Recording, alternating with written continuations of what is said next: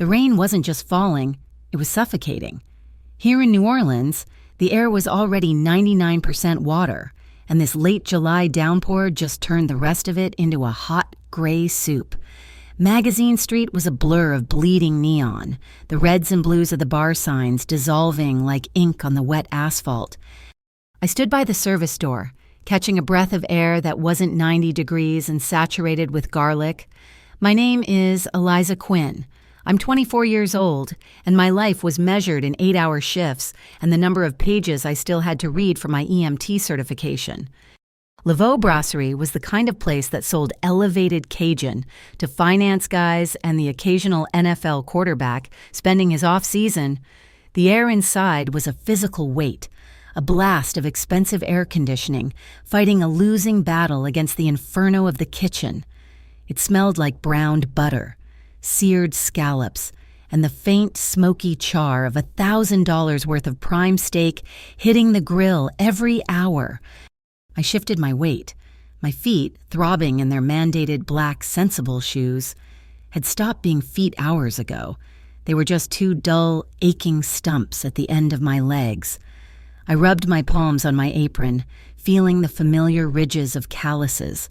They were thick on my right hand from carrying trays, and a specific hard little knot was building on my left index finger from polishing the endless parade of wine glasses. My rituals were a suit of armor. Before my shift, in the dim light of my bathroom, I'd spent 10 minutes with a thick, honey-colored concealer, dabbing it over the purpling shadow high on my cheekbone, blending it until it was just a dull ache under the makeup.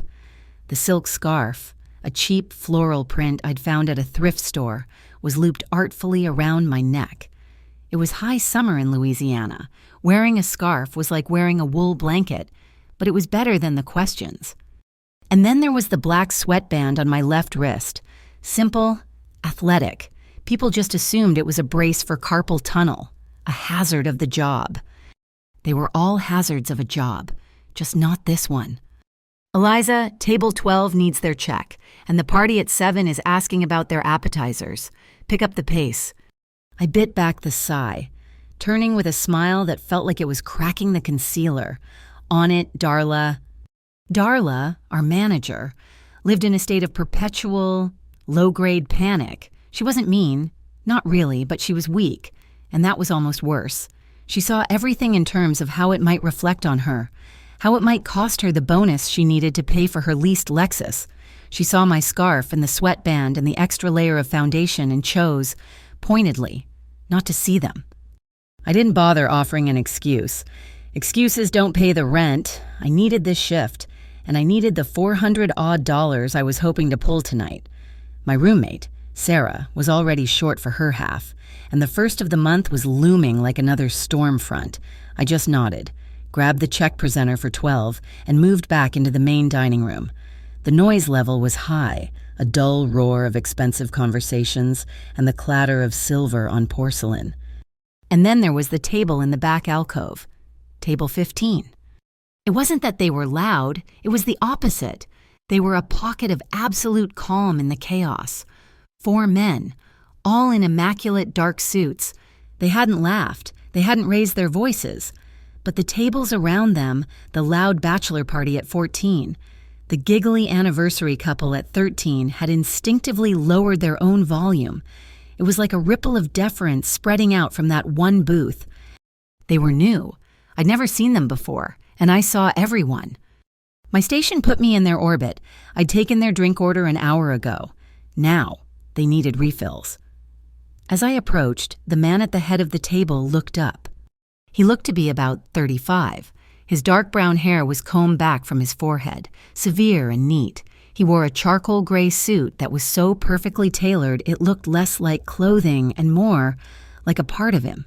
There was a scar, a thin, silvery line that ran from just below his ear down the hard angle of his jaw.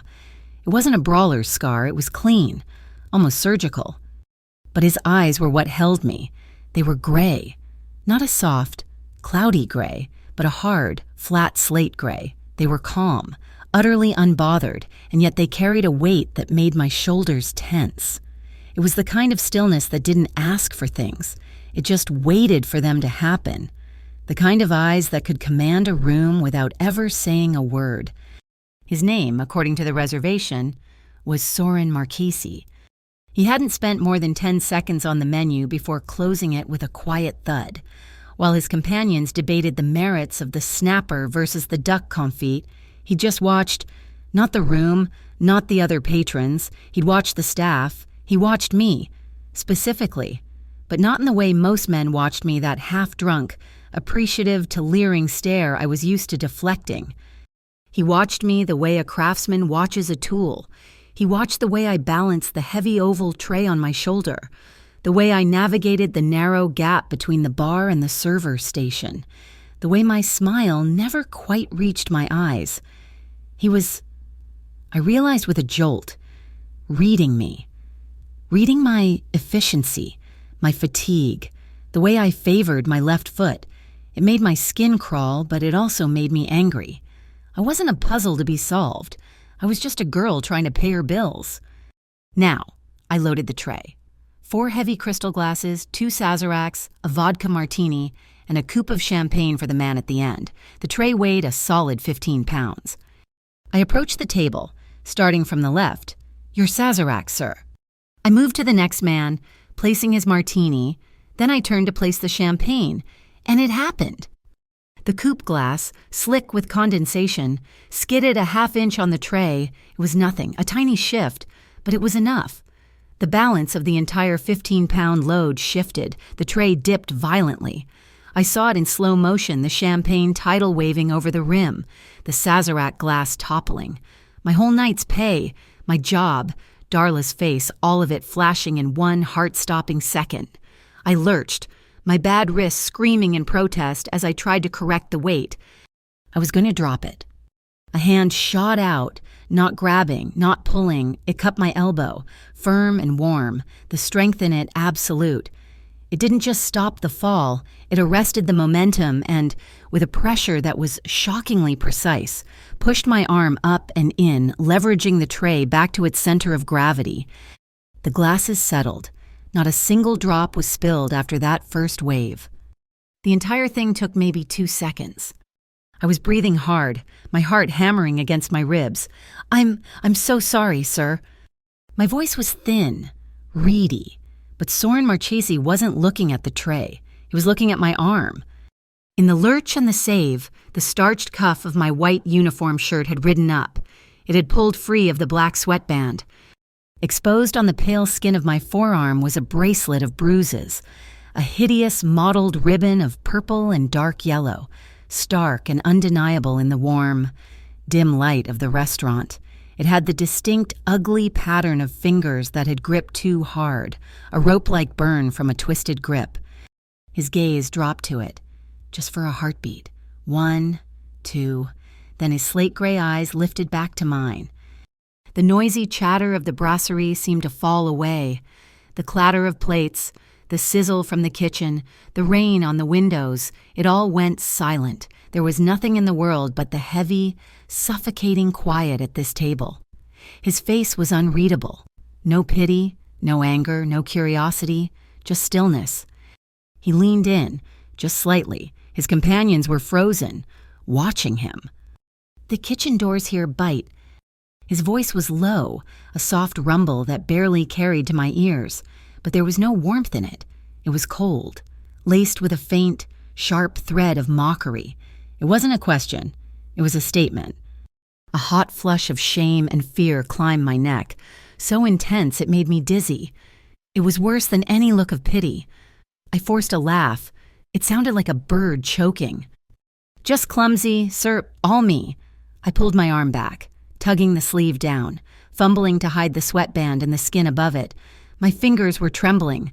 "My apologies. I'll be right back with your drinks." I didn't wait for a dismissal. I turned and fled, the heavy tray suddenly weightless. I made it to the server station, set the tray down, and leaned against the wall, my lungs burning. My hand was shaking so badly I couldn't pick up a glass. I avoided the table for the rest of the night, sending another server to handle their dessert order and their check. When it was finally time to clear the table, Long after they had gone, I approached it with dread. They had paid in cash, a thick wad of hundreds for a bill that was maybe half that, but that wasn't what stopped me. Tucked neatly beside the signed check was a business card. It wasn't the usual glossy white, it was matte black, thick as cardstock. The lettering embossed and simple. Harborline Import Company. There was no address, no website, just a name and, below it, a 10-digit number written in clean, strong black ink, a private number. I picked it up, the edges sharp against my calloused fingers. As I slipped it into my apron pocket, I heard his voice again, that cold, quiet rumble. The kitchen doors here bite.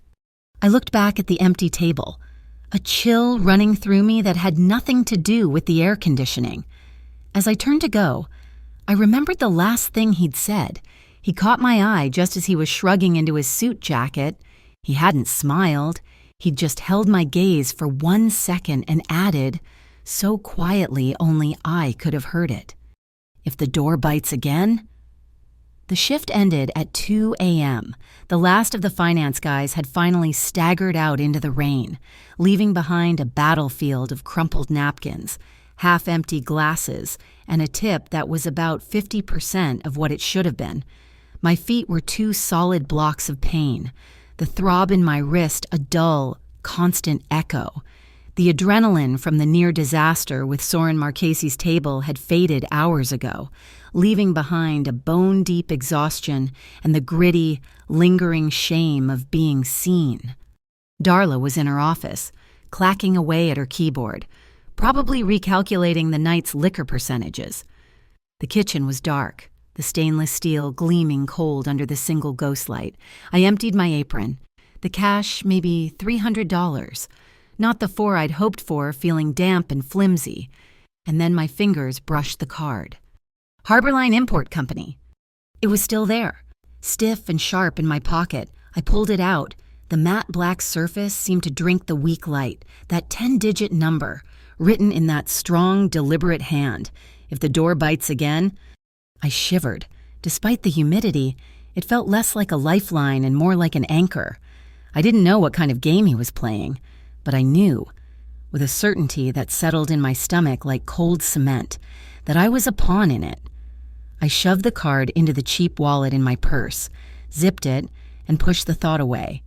I had to read 20 pages on trauma-induced circulatory shock before I could sleep. I grabbed my bag, waved a tired "Night, Darla," and pushed open the heavy steel service door. The alley was a canyon of wet brick and darkness.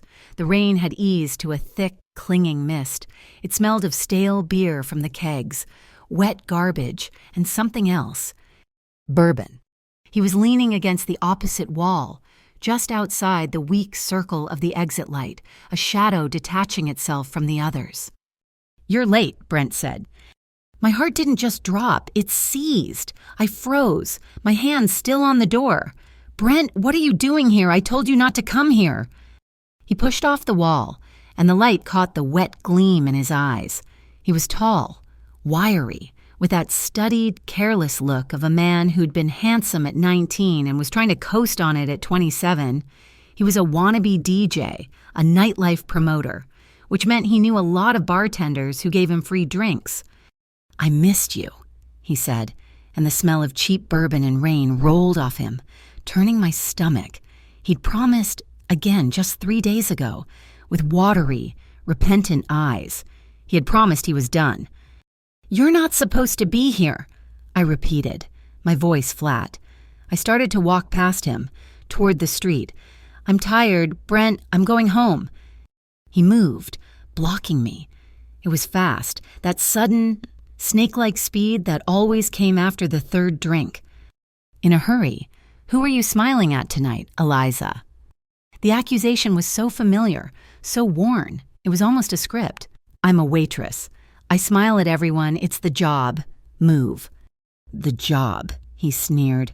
"Right, I saw you. Through the window, table in the back, that guy in the suit. You were all smiles for him." I almost dropped a tray of drinks on him. I was apologizing. I tried to push past, but he was ready. His hand shot out and grabbed my left wrist. The pain was electric. He hadn't just grabbed it. His fingers had found, with an animal instinct, the exact, already traumatized flesh hidden beneath the sweatband. He squeezed, the old bruises screamed in protest, and a fresh, sharp agony lanced up my arm. "Aw, Brent, stop, you're hurting me." "Am I?" He twisted. Just a small motion, a turn of his wrist, but it sent me lurching off balance. My back slammed into the damp, gritty brick wall of the alley. The impact knocked the air from my lungs in a sharp woof. "You think I don't see you flirting with those rich assholes for a 20% tip?"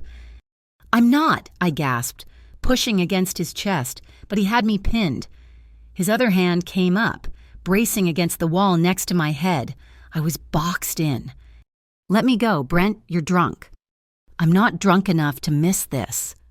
He was snarling now, his face inches from mine. "You come home smelling like their expensive food, wearing that stupid scarf." My eyes darted past his shoulder, down the alley to the street. I was looking for anything. A passing car, a cop, a late-night dog walker.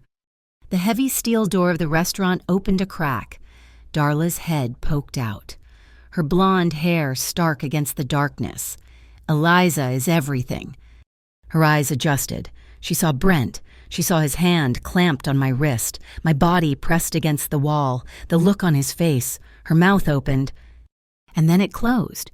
Her eyes widened, not in anger, but in calculation. Fear. Not for me. Fear of a scene. Fear of a bad review. Fear of losing the late-night finance crowd. She pulled her head back. The door clicked shut. The sound was the loudest thing I had ever heard. It was the sound of a lock turning, a final, definitive click that said, "You are alone. You are always alone." Brent laughed, a low, triumphant sound. He'd seen it, too. "See, nobody cares. Only me. I'm the only one who really cares about you. Eliza." He relaxed his grip just slightly, only to re-grab my arm and yank me away from the wall. He started pulling me toward the parking lot at the end of the alley. "We're going home. We're going to talk about this." "No." I dug my heels in, but the pavement was slick. My cheap purse, slung over my shoulder, swung wildly. He jerked me again, hard. The thin strap snapped. The bag hit the wet asphalt with a dull thud. It wasn't a good purse. The zipper was broken. My life spilled out onto the pavement, a tube of lipstick, a pen, a scattered fan of my EMT flashcards, the damp wad of my night's tips, and the matte black card. It landed face up, right in the center of a weak puddle reflecting the yellow streetlight. It seemed to glow against the dark. Wet ground. Harbor Line Import Company. Brent stopped. He'd been so focused on me. He hadn't seen anything else. Now he looked down. He let go of my wrist to bend over and pick it up. "What the hell is this?" He held it between two fingers, as if it were dirty. "Harbor Line Import. Fancy." He flipped it over, saw the handwritten number. His whole posture changed. The hot, sloppy anger vanished, replaced by a cold, reptilian suspicion. He looked at me, his eyes narrowing. "So this is it, huh?" he sneered, waving the card. "This is the guy from the restaurant already handing out his private number. What's the matter, Eliza? My tip's not good enough for you. Now you handing out your number to guys in $1,000 silver watches." "Give that back," I said, my voice shaking with a new kind of fear. Not just of him, but of what he was holding. "Or what you'll call your new boyfriend?" He laughed and started to shove the card into his own pocket. "The boss sent me to take you home." The voice came from the mouth of the alley. It was deep, calm, and held zero emotion. Brent spun around. I looked past him. A man was standing there. No, not a man, a mountain. He was massive, over 6'5" and wide as a refrigerator, poured into a black suit that looked like it was made of canvas. He was bald, with a face that looked like it had been carved from a block of wood. He was the one I'd seen leaning against the matte black SUV across the street. The SUV was still there. I now saw, parked just at the curb, its engine idling with a low, predatory rumble, no lights. The big man's name was Rook. He was, I knew instinctively, Soren Marchese's bodyguard. He'd been at the table, sitting silently in the background. Brent, fueled by bourbon and ego, bristled. "Who the hell are you? Get out of here. This is a private conversation with my girlfriend."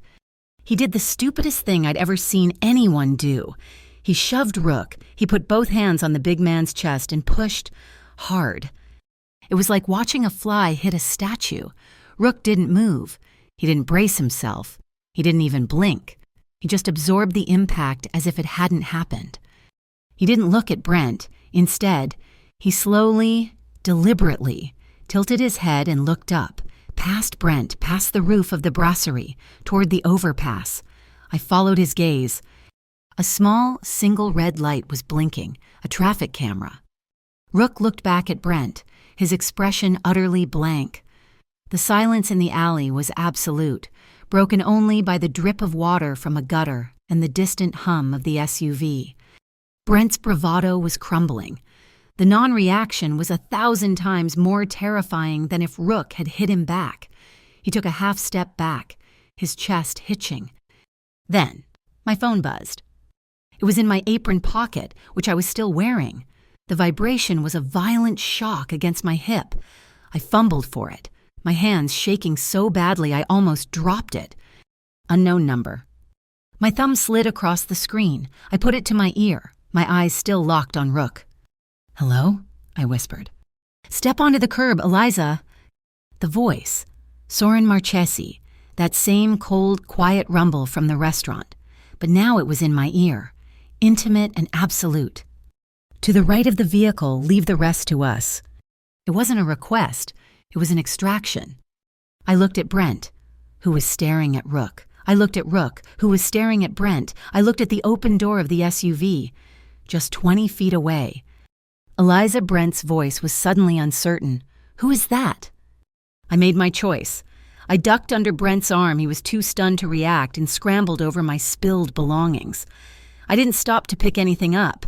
I ran the 20 feet to the curb and stood where he'd told me, by the rear passenger door of the black SUV. The door unlocked with a soft, expensive thunk. Brent's stupor broke. "Eliza, get back here! What the hell do you think you're doing?" He lunged, not for me, but for Rook. "You can't just—" He swung a wild, drunken punch. Rook wasn't there. He'd taken a half-step back, the punch whiffing on empty, rain-soaked air. Brent stumbled, overbalanced. In that same impossibly fluid motion, Rook's hand, a hand the size of a catcher's mitt, dipped into his own suit jacket and came out with something small. He stepped into Brent's stumble, and before Brent could recover, Rook had slipped the object neatly into the breast pocket of his denim jacket. It was a reverse pickpocket. It was surgical. Brent froze, his hands flailing. He clutched at his chest. What did you do? What did you put on me?" Rook just stared at him. He hadn't said a word since his first sentence. Brent's fingers dug into his pocket. He pulled the thing out. It wasn't a card. It was a badge, heavy, silver, and embossed, set into a black leather holder. It glinted in the streetlight. Even from where I stood, I could read the words stamped in the metal. Gulf Integrity Bureau. Brent's face, which had been flushed with booze and anger, went the color of ash. The bourbon courage evaporated, leaving a sick, hollow-eyed terror. Gee, I'd heard the stories. Everybody in the quarter had. They weren't cops. They weren't feds. They were the people who investigated other people. The ones who, the rumors said, handled the kinds of problems the city didn't want to admit it had. The ones with no website, no public office, and no paper trail. Brent looked from the badge to Rook, to the dark, idling SUV where I was standing. His entire body was trembling. The hunter had just realized he was bait. I was still standing by the curb, my hand over my mouth, the phone still pressed to my ear. Long after the line had gone dead, I could feel the thrum of the SUV's engine through the soles of my shoes. A low, steady vibration that was the only solid thing in a world that had just dissolved. Brent was frozen, staring at the GIB badge in his hand like it was a live rattlesnake. His face, usually so ruddy with booze and confidence, was the color of dirty dishwater. The back window of the SUV, tinted to an impenetrable black, slid down, not all the way, just 3 inches, a crack. I expected Soren Marchese to get out. I expected him to square off with Brent, to shout, to do something physical. Instead, I saw his silhouette against the glow of the opposite streetlight. He was holding a phone. He wasn't even looking at Brent. He was looking at his screen, his thumb moving slightly. He was multitasking. This entire terrifying tableau in a dark alley was just one item on his night's to-do list. The casual, administrative nature of it was 1,000 times more frightening than a drawn weapon. Brent's phone, still clutched in his other hand, suddenly erupted. It wasn't a single ring or a buzz. It was a violent, angry swarm of notifications. Bzzzt, bzzzt, bzzzt, bzzzt, bzzzt. It sounded like a trapped hornet against his palm. He jumped, fumbling the GIB badge, juggling it with the phone. He finally managed to unlock the screen, his thumb smearing across the glass. He read. I watched his face collapse. I couldn't see the screen, but I didn't need to. I saw his eyes widen, scanning, scrolling. I saw the way he'd look up from the phone, his gaze darting wildly, first to the blinking red eye of the traffic camera Rook had pointed out, then down the street to where his own beat-up sedan was parked. He knew he'd been watched. He knew this wasn't random. This was May. This was the legal aid. This was the other side of Soren Marchese's power. It wasn't just the iron fist of Rook. It was the invisible, suffocating web of information. What was she sending him? I could only imagine. A picture. It had to be. A grainy photo, time-stamped, of him leaving the King Creole bar last Tuesday at 3 a.m., getting into his car, a DUI he got away with. Then another, a short, silent video clip, him in the back room of that club he promoted at, his head bent low, exchanging a small bag for a wad of cash. Then the lists. His jaw went slack and a low, sick sound escaped his throat. The debts. I knew he was in trouble. He was always borrowing 20, then 50, from my tips. But this was something else. The way his face crumpled. He was looking at numbers with too many zeros.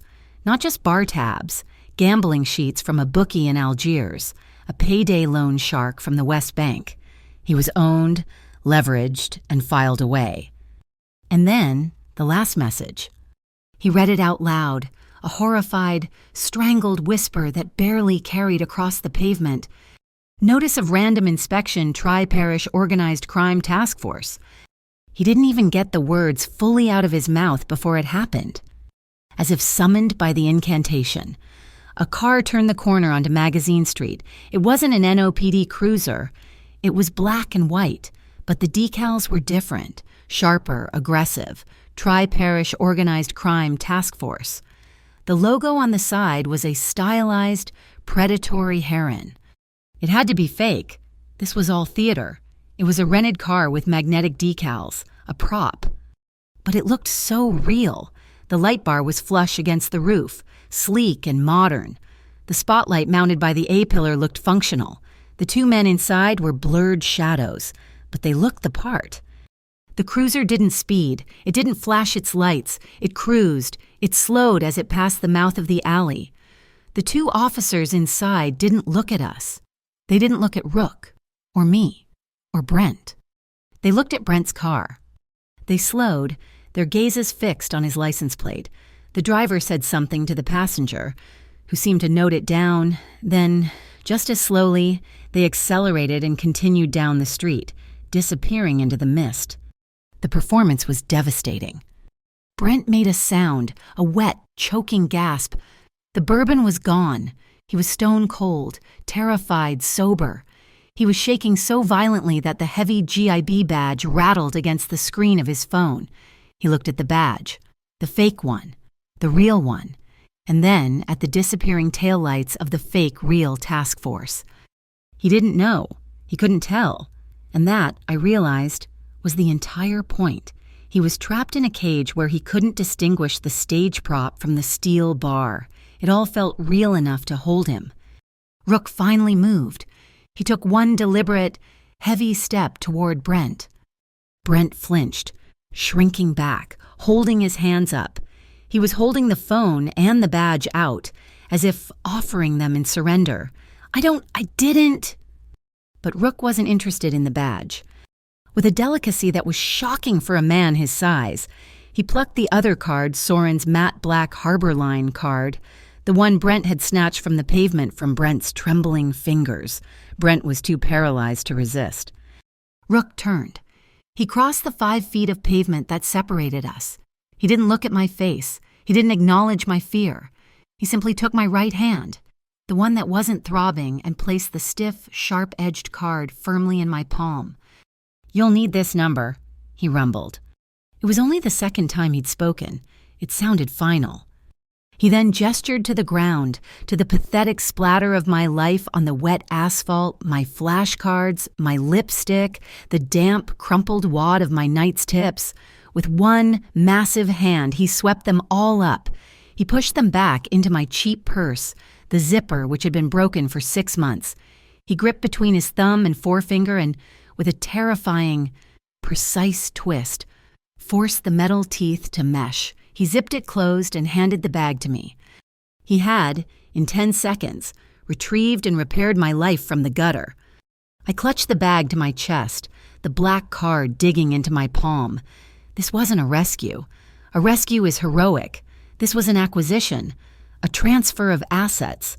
No, that wasn't right either. It was an extraction, a clean, cold, brutally efficient removal. The window of the SUV was still cracked open. "You're in debt for more than just money, Mr. Tolley."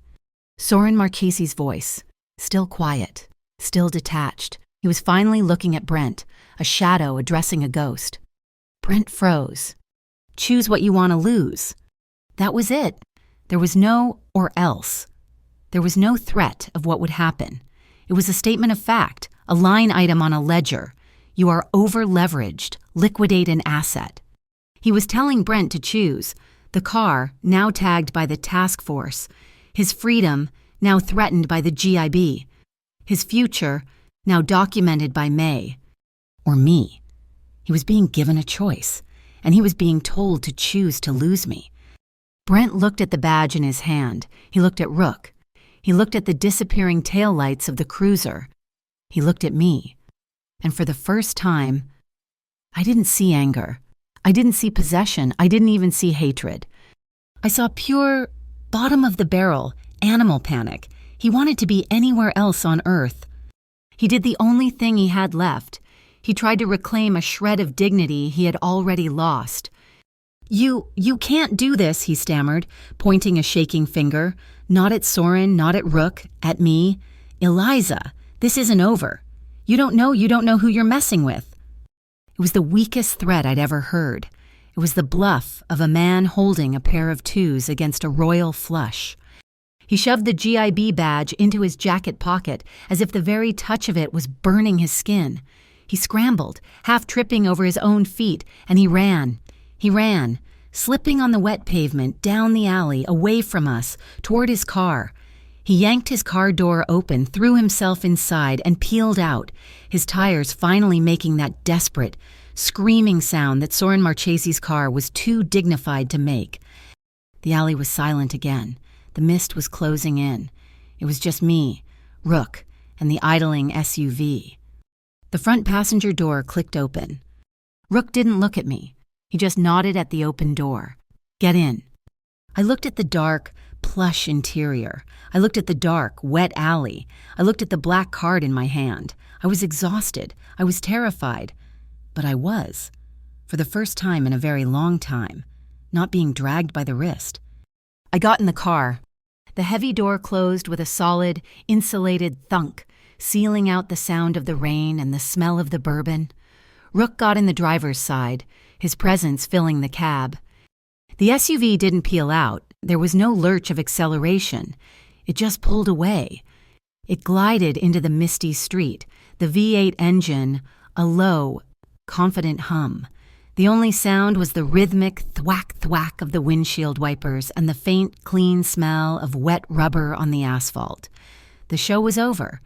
The ride to my apartment was silent. The SUV was like a bank vault on wheels. The thwack-thwack of the wipers was a hypnotic dead sound, completely insulated from the outside world. I sat in the plush passenger seat, my wet, cheap server uniform smelling of fried oysters and fear against the rich, clean scent of the leather. Rook didn't speak. He just drove, his massive hands resting lightly on the wheel, his movements economical and precise. I lived in the Garden District, but on the wrong side of St. Charles, in a crumbling 3-story walk-up with peeling paint and iron lace that was rusting through. It was a world away from the kind of car I was in. Rook pulled up to the curb. I expected him to just stop, to let me out. The engine kept rumbling. Then he put the car in park, got out, and walked around to my door, opening it for me. It was so formal, so strangely polite, it set my teeth on edge. I can get it," I mumbled, sliding out, clutching my repaired purse to my chest. He just grunted, a low sound, and walked with me to the main door, his presence a solid, unmovable shadow at my back. I fumbled with my keys, my hands shaking so badly that the metal scraped uselessly against the lock. "Let me," he rumbled. I didn't argue. I handed him the keys, and he took the ring, selected the right key with an instinct that was unnerving, and opened the heavy door. The entryway smelled like damp plaster and old wiring. He stepped just inside, holding the door, nodding his head toward the stairs. "Go on." I walked up the 2 flights, my steps echoing on the worn wooden treads. Rook didn't follow, but I felt him. He was waiting at the bottom, a sentinel at the gate. My apartment was 3B. I put my key in the lock, turned it, and pushed the door open. And my heart stopped. He was already there. Soren Marchesi was standing in my tiny, humid living room. He wasn't sitting on my threadbare couch or looking through my things. He was standing just inside the door, as if he had only just materialized from the shadows. He'd beaten us here. Of course he had. May. She would have had my address on file before I'd even finished my shift. My apartment was awful. The ceiling fan, wobbling on its post, made a low, rhythmic click, click, click as it stirred the hot, wet air. A stack of EMT textbooks was piled on the floor next to a coffee mug from this morning. It was cheap, it was small, and he was taking up all the air in it. He was still in his charcoal suit, but he'd taken off the jacket. It was folded perfectly over the back of my one good kitchen chair. He was in his white shirt. The sleeves rolled up his forearms exactly twice, revealing a thin, expensive watch and arms that were far more solid than I'd expected. But he wasn't looking at my apartment.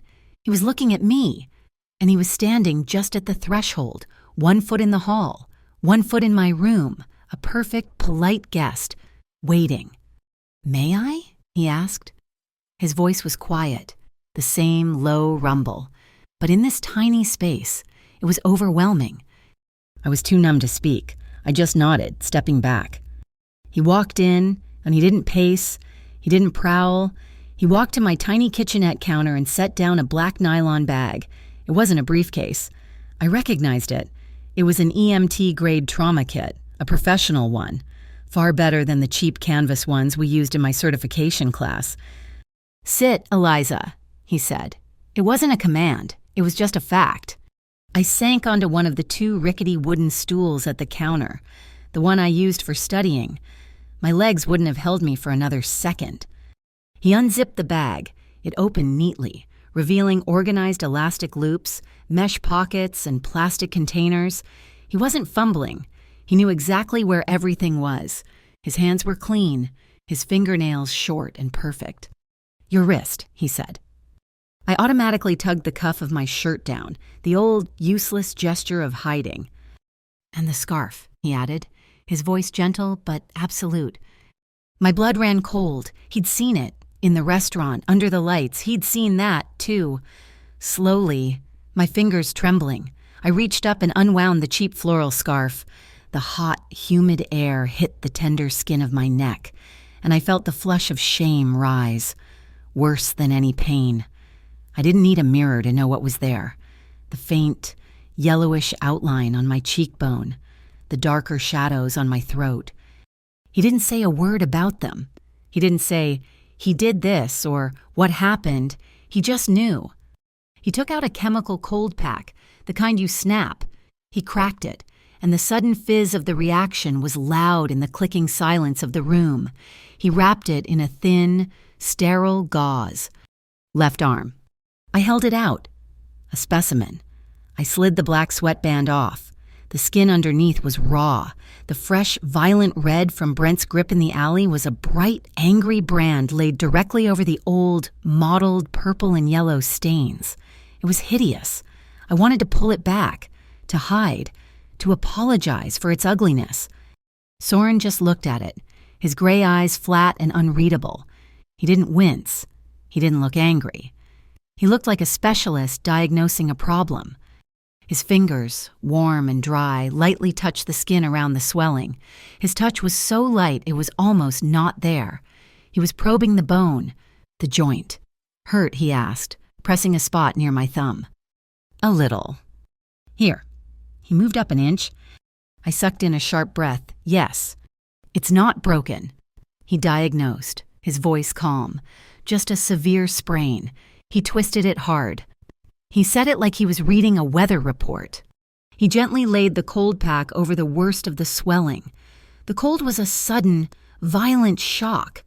It bit deep, a clean pain that burned away the dull throb. It was so intense, so immediate, that my breathing hitched.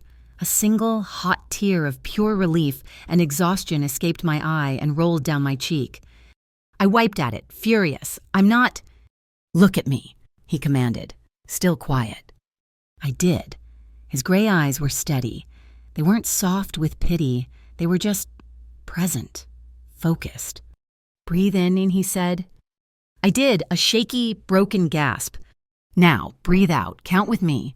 1, 2, 3, 4, 5, 6, 7, 8. My voice was a reedy whisper next to his low, steady count. The fan clicked on 3 and 7. Again, in. I breathed in. Out. 1, 2, 3. We did it 5 times. I counted with him, my voice getting steadier, the numbers pulling me out of the panic. The sharp, burning cold on my wrist settled into a deep, manageable numbness. My heartbeat, which had been hammering against my ribs like a trapped bird, slowed. It fell into rhythm with his voice. He had just taken control of my autonomic nervous system in under a minute. He let the silence settle again, then took out a small tube, arnica gel. He applied it with the same light, professional touch to the older bruises on my arm, the ones that were already yellowing. He worked with a focused, impersonal efficiency. And he kept his distance. He was close enough to tend to my arm, but his body was angled away. He wasn't looming, he wasn't crowding me. He was giving me a full arm's length of space, a bubble of respect I didn't even know I needed. But his gaze was closer. It was not at an arm's length. His gaze was right on my skin, in my eyes, on the fear I was trying to hide. He was standing 3 feet away, but his eyes were holding my chin, telling me he saw everything. The click, click, click of the fan filled the void. "What is jib?" I finally whispered. The question was burning in my throat. "The Gulf Integrity Bureau." He finished wrapping my wrist in a fresh black compression bandage, his movements neat and economical. He taped it off, snipping the end with a small pair of shears from the kit. A tiny, almost imperceptible smile touched the corner of his mouth. He looked up at me. "It's a way," he said, his voice low, "to remind bad people that the Gulf has eyes." "Is it real?" "It's real enough to matter." He closed the kit. The zip of the zipper was a sound of finality. He reached into the inner pocket of his folded suit jacket. He pulled out something small, something white. It was a plastic square, no bigger than a quarter, with a single small black button in the center. He came around the counter. I tensed, but he didn't stop at me. He bent down, reached under the lip of the laminate countertop where I was sitting, and pressed it there. It stuck, invisible. "This is for you," he said, his voice softening for the first time. "Don't be ashamed to need help. Eliza, it's not weakness. It's just a fact." I looked at him, confused. "What is it?" "A panic button, but it doesn't call 911. Their response time is over 10 minutes in this district." He knew that. Of course he knew that. "It calls Rook. He's never more than 5 minutes from this address. Not anymore. If you are here and you feel unsafe for any reason, from anyone you press it." From anyone, the implication hung in the hot, humid air between us. Even from him. The weight of the night, the fear, the alley, the escape, this strange, intense man in my kitchen crashed down on me. I put my good hand, my right hand, on the counter to steady myself. It was shaking. A fine, uncontrollable tremor. My fingers slid on the smooth, cheap laminate. I was trying to find a grip, something solid. His hand was suddenly there. He didn't grab my hand. He didn't pat it. He didn't try to hold it. He did something I could never have predicted. He placed his own hand on the counter, palm down, and slid it forward until his wrist, the one with the expensive, thin watch, was directly under my trembling fingers. It was an offer, a mooring. My fingers found it. I curled them, just slightly, resting them on the solid, warm bone and the steady, shockingly slow pulse of his wrist. It wasn't a sexual touch. It wasn't even a comforting one. It was a gesture of ballast. It was him lending me his stillness. I felt his pulse, strong and even, under my fingertips, and my own trembling began to subside. After a long moment, I drew my hand back, tucking it in my lap. He nodded, as if I'd done the right thing. He picked up his suit jacket, slung it over his shoulder, and grabbed the EMT kit. He walked to the door, which I had left open. He stopped in the frame, a tall, dark silhouette against the flickering, piss-yellow light of my apartment hallway. He turned his head, his gray eyes finding mine in the dimness. "If any door bites again, Eliza," he said, and his voice was cold steel again. "I'll be faster than I was tonight." He didn't say goodbye, just turned and walked away. I heard his expensive leather shoes on the cheap linoleum. I heard him descend the stairs. I heard the faint rumble of his voice, speaking one word to Rook, and then the heavy front door of the building closed with a solid, definitive thud. I finally let out the breath I felt like I'd been holding since I saw him at table 15. I walked to my door and locked it. I slid the deadbolt. Then I went to the kitchen counter.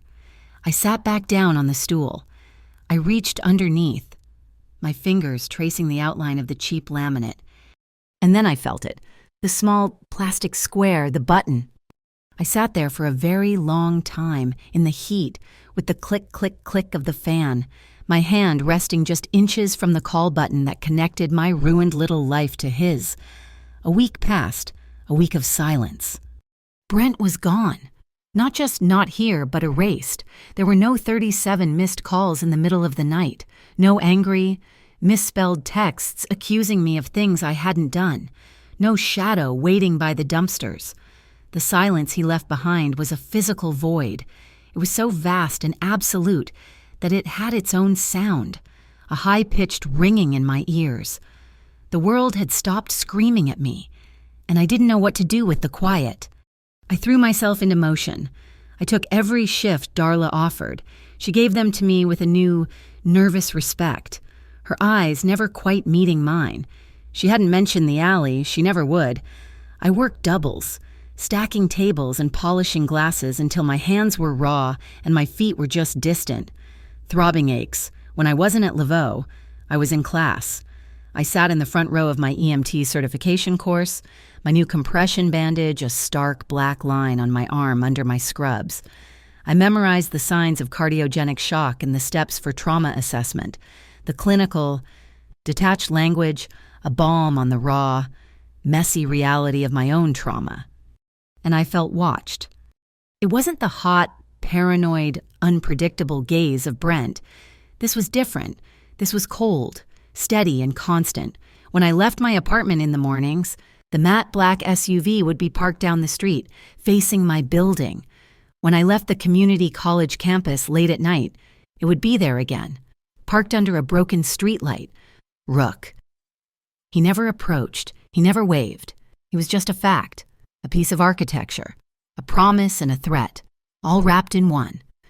I never touched the button under my kitchen counter. I didn't have to. The protection was already total. Then, on a Tuesday, he came back. I was slammed, carrying 2 plates of snapper pontchartrain. When I saw him, he wasn't at a big table, not in the alcove. He was at a small 2-top near the bar, the one with the clear view of the service doors and the kitchen pass. He was alone. My knees almost buckled, the plates wobbled. I managed to deliver them, my hands shaking, and retreated to the server station, my heart hammering. He just sat. He ordered a coffee and an appetizer. He read a thin stack of papers he'd brought in a leather folio. And he watched. He didn't stare. It was just glances. He'd look up when I crossed the dining room. His eyes would track me as I spoke to Darla. He was doing what he did that first night, reading. He came back on Wednesday. Same table. This time he ordered dinner. I had to be the one to take his order. "Mr. Marchese," I said, my voice barely a whisper. My pen was slipping in my damp palm. "Eliza." He didn't look up from his menu right away. "How was your practical on airway management?" I froze. "What?" He finally lifted his gaze. Those slate gray eyes were calm, almost academic. "Your Tuesday night class, the practical." He knew my schedule, and he knew my curriculum. The depth of his information, the specificity of it was terrifying, and in a way that shamed me. It was steadying. Brent had never known what day my classes were. "It was fine," I stammered. "I intubated the dummy on the first try." "Good," he said, as if I'd passed a test for him. "I'll have the duck confit and another coffee." He was there on Thursday, too, 3 nights in a row. He spoke to me, but only in those short, precise bursts. He'd ask about my shift. He'd ask if I'd finished the chapter on pharmacology. He was talking to me just enough to keep the crushing loneliness of my new, empty, silent life at bay. He was a presence, not a pressure. Then came Friday, the 4th night. The storm had been threatening all day, the sky a sick, bruised green. By 8 p.m., the city was in a deluge. This wasn't rain, it was a tropical storm that had decided to sit on top of New Orleans and unload the entire Gulf of Mexico. The wind was shrieking. Water was running in sheets down Magazine Street. The restaurant was a ghost town. We had 3 tables, all of whom paid and fled by 8:30. By 9, Darla was wringing her hands. "That's it. We're closing. I can't ask you all to stay. The streets are flooding. Cash out. Go home. Be safe." The staff vanished in about 45 seconds. They were a flurry of aprons and cash outs, and then the kitchen went dark.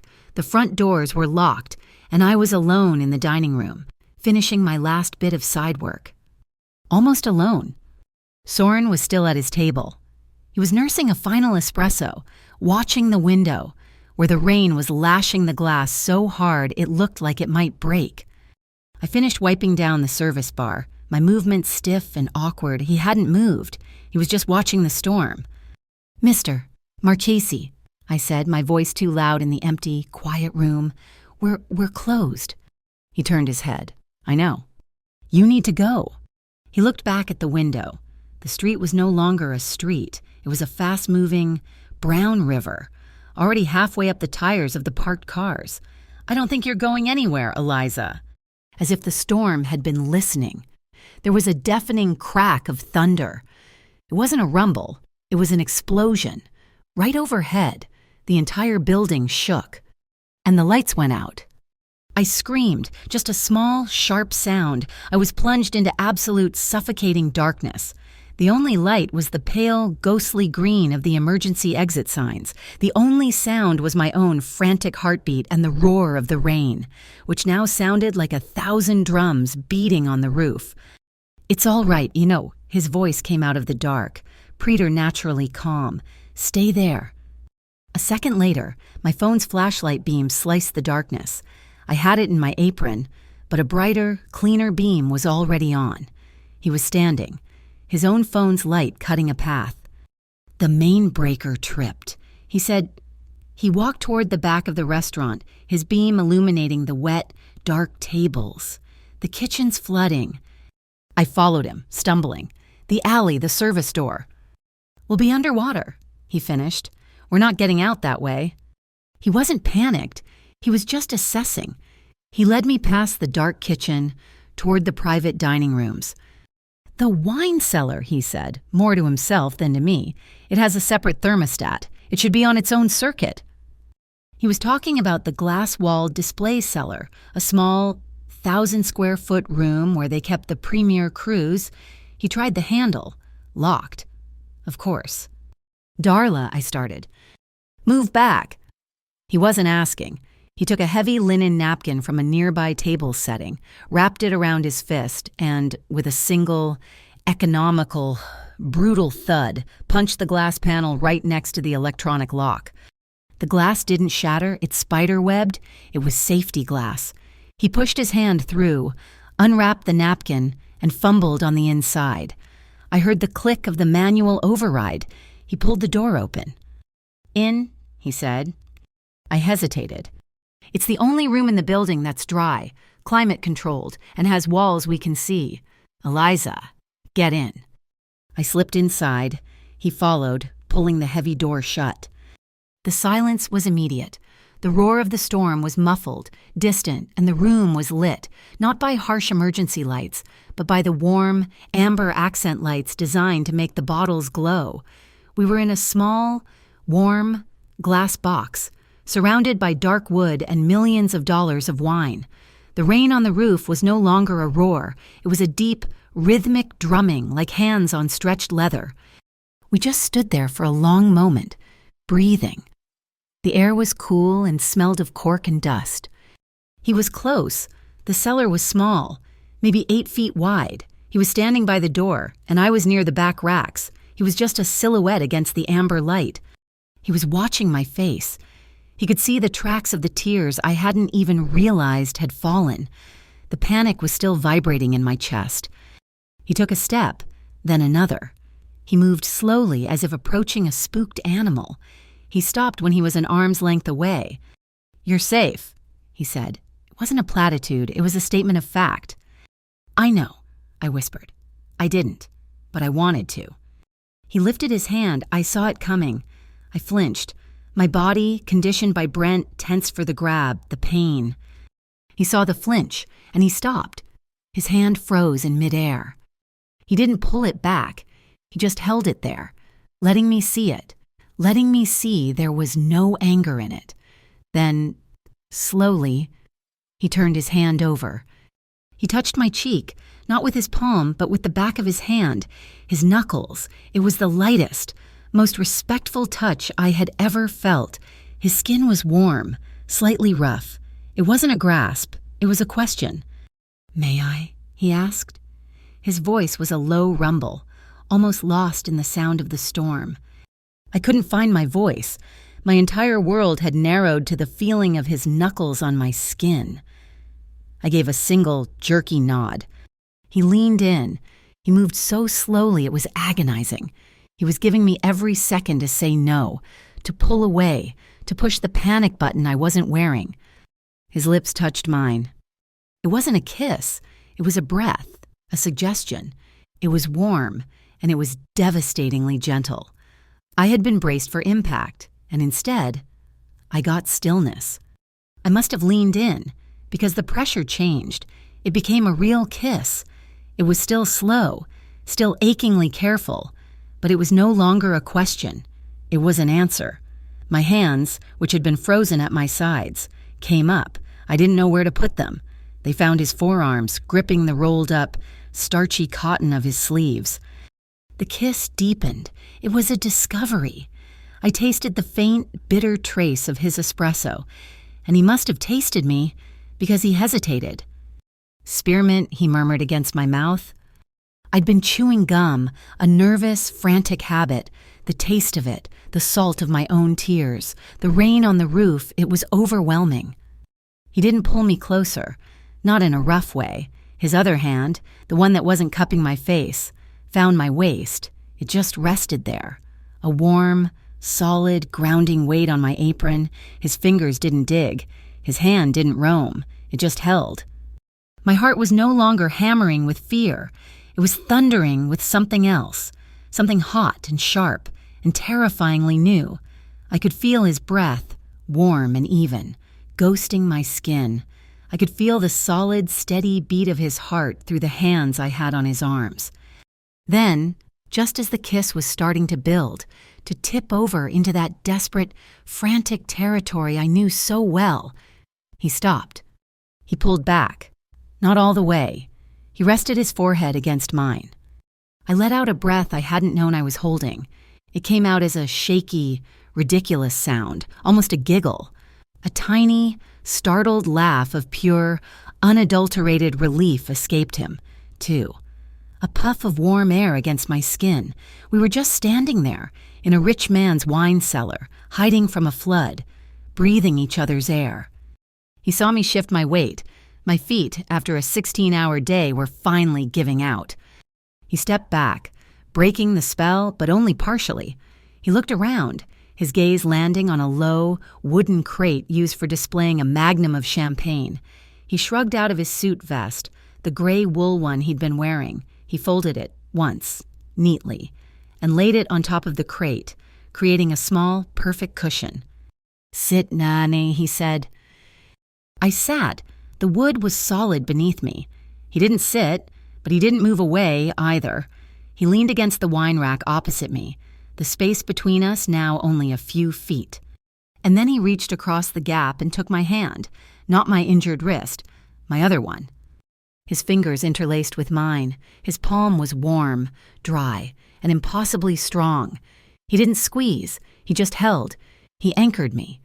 We sat in the warm, amber-lit silence, listening to the rain slowly, finally, begin to ease. The drumming on the roof softened to a steady rhythm. We sat like that for maybe 10 minutes, maybe an hour. Time had stopped. He looked down at our joined hands. "I want you to choose me when you feel safe.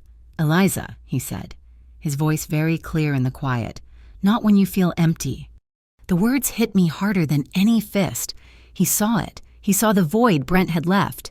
He knew I was a wreck, a hollowed-out space, and he was actively, deliberately refusing to use that against me. He was giving me a boundary. He was giving me back my own choice. The main power of the restaurant clicked on. The harsh fluorescent light from the dining room flooded the cellar through the glass, shattering the warm, amber bubble. The spell was broken. He stood, pulling me gently to my feet, and he didn't kiss me again. He just held my hand for a second longer before letting go. He retrieved his vest from the crate, shaking it out. When we stepped out of the cellar, the rain had stopped. The night was quiet. Rook was waiting by the front door, which was now unlocked. The black SUV was idling at the curb, the street already drained, as if the flood had never even happened. Soren walked me to the car. As I got in, I realized something. For the past week, my apartment, my clothes, my skin, it all smelled faintly of old fear, a coppery, stale scent I couldn't wash out. But now, standing next to him, all I could smell was the clean scent of his shirt, the faint, dry wool smell of his vest, and something else, something warm and safe, and uniquely him. His scent had covered the smell of fear. As Rook drove me home, I stared out the window. I wasn't empty. I wasn't safe. Not really. But what I felt for the first time was a sharp, clear, unmistakable desire. A desire that had boundaries, and he was the one who had built them. The bubble of peace, the one that had formed in the amber light of the wine cellar, lasted exactly 2 days. 2 days of going to class, working my shifts, and feeling the steady, invisible presence of the black SUV down the street. It was a new kind of normal, a fragile one, but it was mine. Then, on Monday, as I was walking out of my pharmacology lecture, my phone buzzed. It wasn't a call. It was a text from a number with a strange, impossible-to-place area code. There was a photo. My blood went cold, colder than the ice pack Soren had pressed to my wrist. It was a picture of me, right now. Walking down the steps of the community college building, my EMT textbook open in my hand, it was grainy, taken from a distance, probably from a parked car across the street. Underneath it, one line of text. "Looking good, Quinn." I stopped dead on the sidewalk. My breath seized in my chest. It wasn't Brent. The tone was wrong. It wasn't his sloppy, desperate anger. This was cold, possessive. This was an observation, like I was a stalk he was tracking. My fingers fumbled in my pocket, my thumb instinctively searching for the keychain where I'd clipped the small panic button Soren had given me, the one I'd transferred from under the counter. Before I could even touch it, a shadow fell over me. "Miss Quinn," I yelped, spinning around. It was Rook. He wasn't in the SUV. He was on foot, right behind me, appearing from nowhere like he was part of the architecture. "How?" I stammered, holding the phone up like a shield. He didn't look at it. "The boss wants to see you. We're not going to your apartment." He didn't wait for an answer. He just gestured with his head toward the street, where the black SUV was idling, the side door already open. It wasn't a request. It was, as Soren had said, an extraction. I got in. My heart was a frantic drum against my ribs. "Looking good. Quinn." We didn't drive toward my neighborhood. We went toward the river, deep into the industrial sector, where the smell of creosote and river silt hung heavy in the air. We passed rows of silent, corrugated steel warehouses, finally turning into a secured compound surrounded by a 12-foot-high fence topped with razor wire. The sign outside was the same one from the black card. Harborline Import Company, authorized personnel only. Rook drove the SUV directly inside one of the warehouses, the massive roll-up door sliding shut behind us with a heavy, final thud. This was not a mafia den. It was a logistics hub. It was cavernous, clean and brightly lit with fluorescent lights. Miles of steel shelving held massive, plastic-wrapped pallets. Forklifts were parked in neat, charging rows. The air smelled of cardboard, machine oil, and coffee. In the center of the vast floor was a glass-walled office, a kind of cube inside. Soren was standing over a massive digital table, the kind architects use. It was glowing with a map. He looked up as I entered. He wasn't in a suit. He was in the same practical, rolled-up sleeves look from my apartment. He looked like a general. "Show him," he said, his voice flat. He didn't greet me. Rook gently took my phone from my shaking hand. He handed it to a woman I hadn't noticed, who was sitting at a bank of computers. She looked to be in her late 20s, with severe black-framed glasses and her hair pulled back in a ruthlessly tight bun. She plugged my phone into a device. "Spoofed," she said, her voice sharp, all business. "IP is bounced through 3 states, Texas, Oregon, Florida. Amateur hour obfuscation.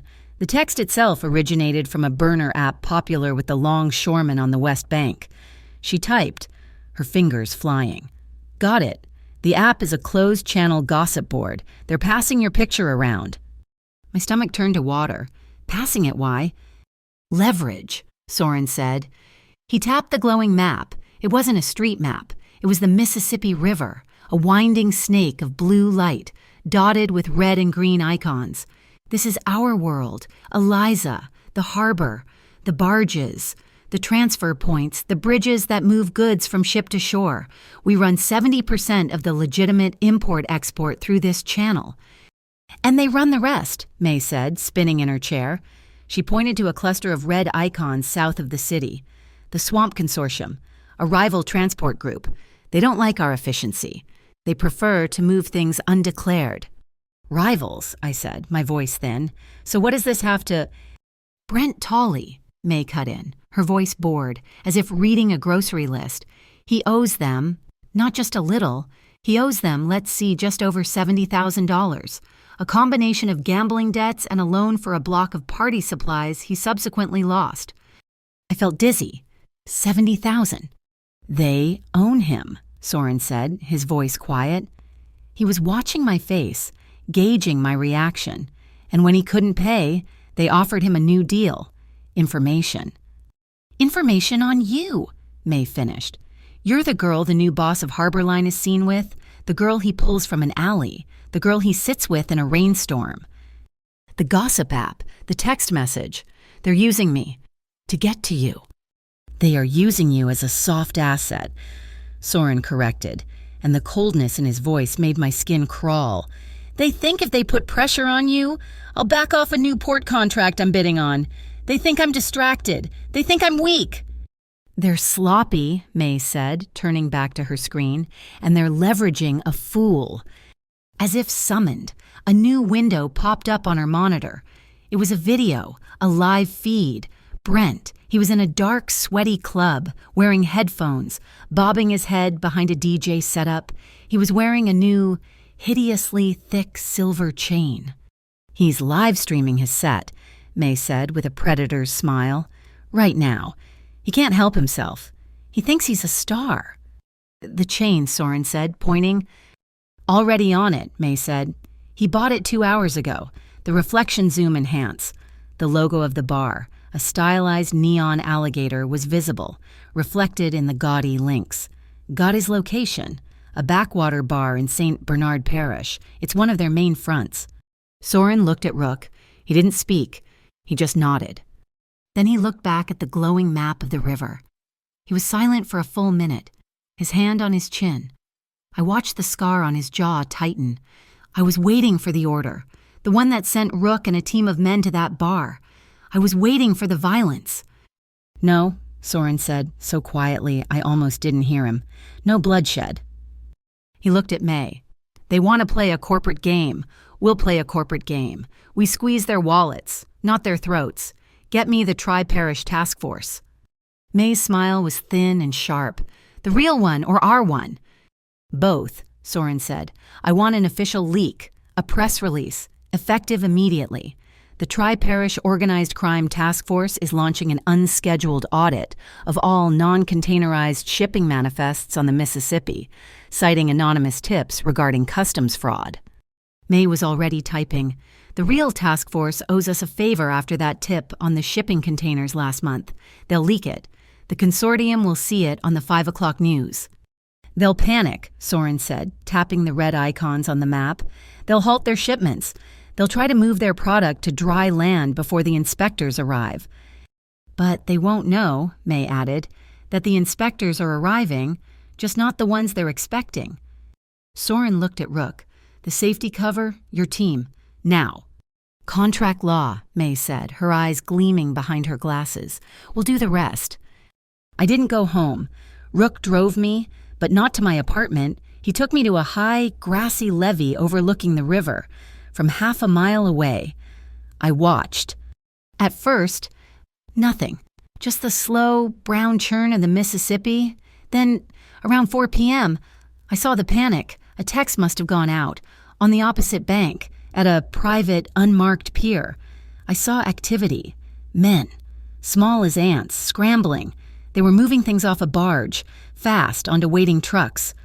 Then, a white van pulled up. It didn't look like an SUV. It looked official. It had a logo on the side, Gulf Coast Dock and Safety Audits. Rook's team? It was anticlimactic. It was beautiful. There were 6 of them. They got out, wearing bright yellow reflective vests and hard hats. They were carrying clipboards. One of them had a drone, the kind real estate agents use. They didn't storm the pier. They didn't draw weapons. They just walked up to the panicked men and started talking, pointing at the clipboards, gesturing to the barge, then to the trucks. The men from the consortium just stopped. They looked at the clipboards. They looked at the official-looking vests. They looked up at the drone, which was now buzzing quietly overhead, its camera blinking. They didn't know if this was real. They didn't know if these were cops or feds or just auditors. It was the GIB strategy, but on a massive industrial scale. The illusion of authority, backed by the reality of a high-definition camera. I watched the men argue. I watched them make frantic phone calls. I watched the man with the clipboard just stand there, patient, unmoved. Then, one by one, the consortium men got back in their trucks, and they drove away. They left the half-unloaded barge sitting at the pier, a sitting duck.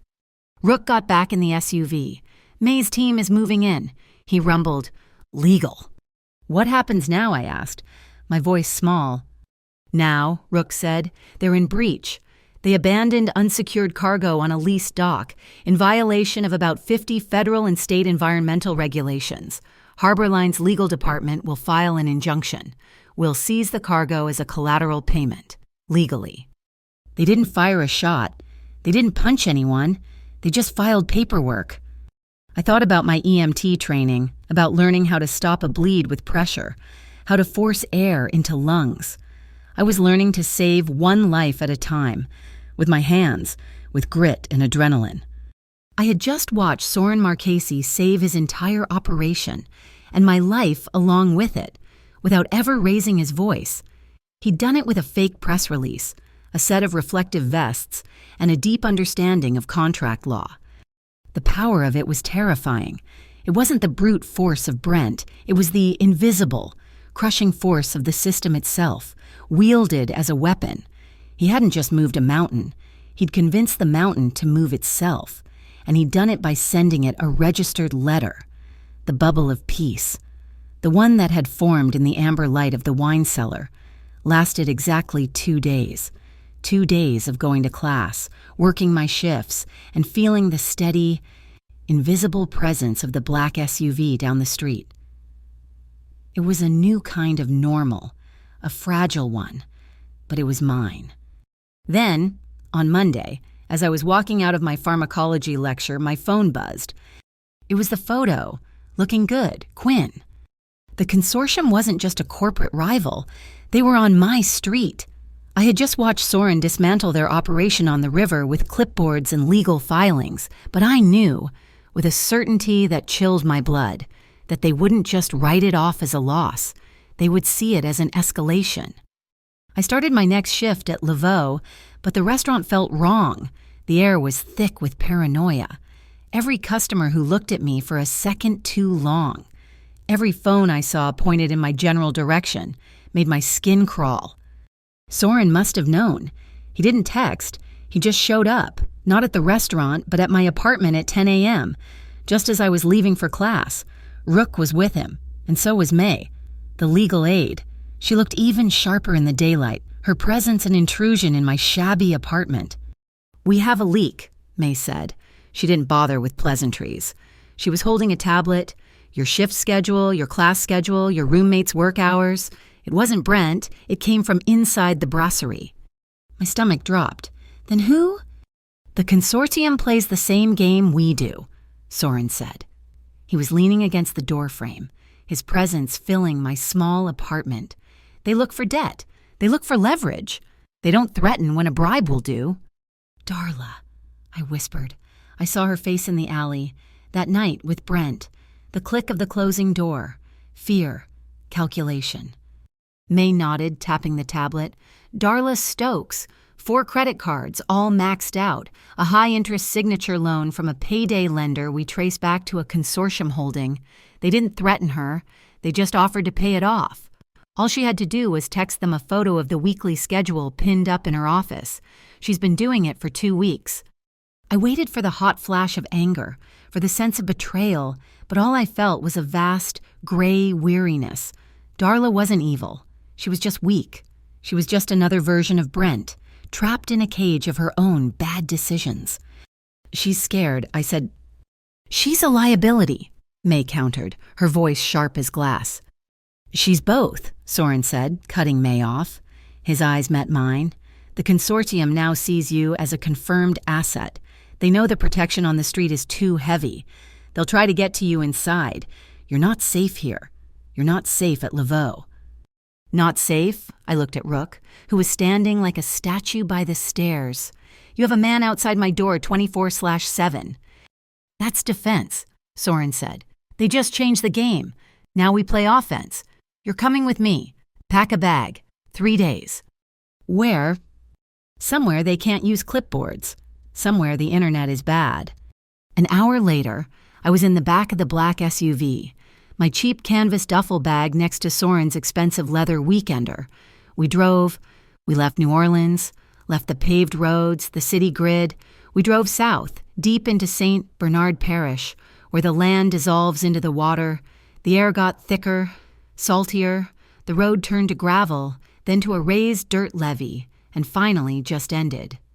Rook stopped at a small, private landing. There was an airboat and a smaller, flat-bottomed skiff tied to a weathered pier. Soren got out, turning to Rook. "You have the perimeter." Rook just nodded, already unloading gear I couldn't see from the back long, pelican cases that did not look like they held fishing rods. Soren led me to the skiff. "You know how to drive one of these?" "I'm an EMT student from Ohio," I said, my voice shaky. "No." "You'll learn." He untied the boat and started the small outboard motor. It coughed to life, and we slid into the bayou. It was beautiful and terrifying.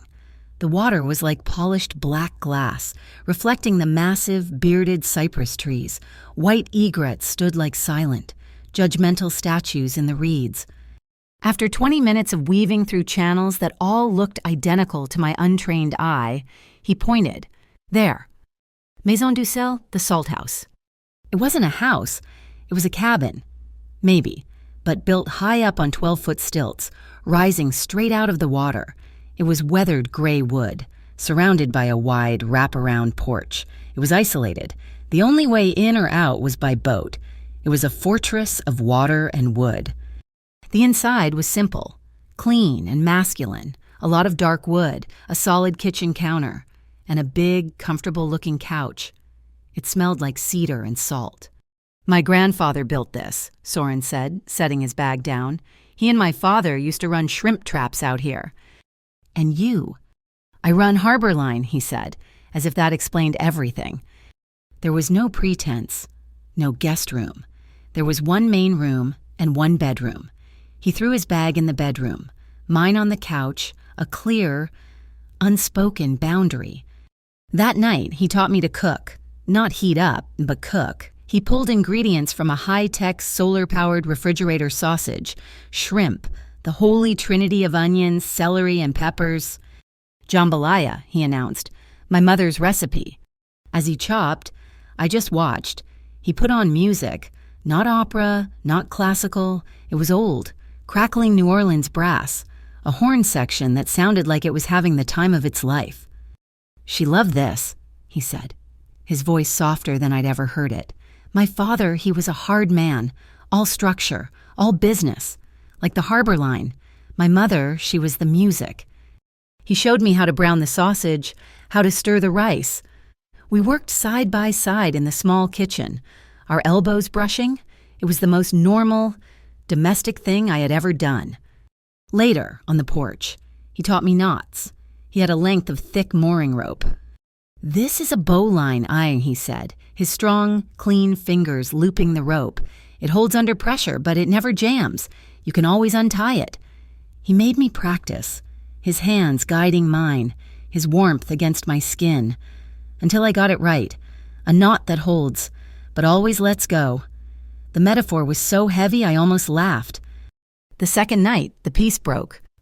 We were on the porch again. The humidity was a thick, wet blanket. The sky was starless. The only sound was the chirping of insects, a deafening, thousand-voice choir. Then a new sound. Thrum, thrum, thrum. It was distant, a boat engine, but not a skiff, something bigger, heavier.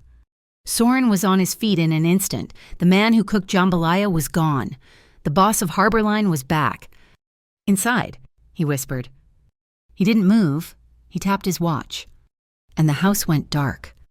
Not just the lights, everything. The fridge, the music, the small security light on the pier.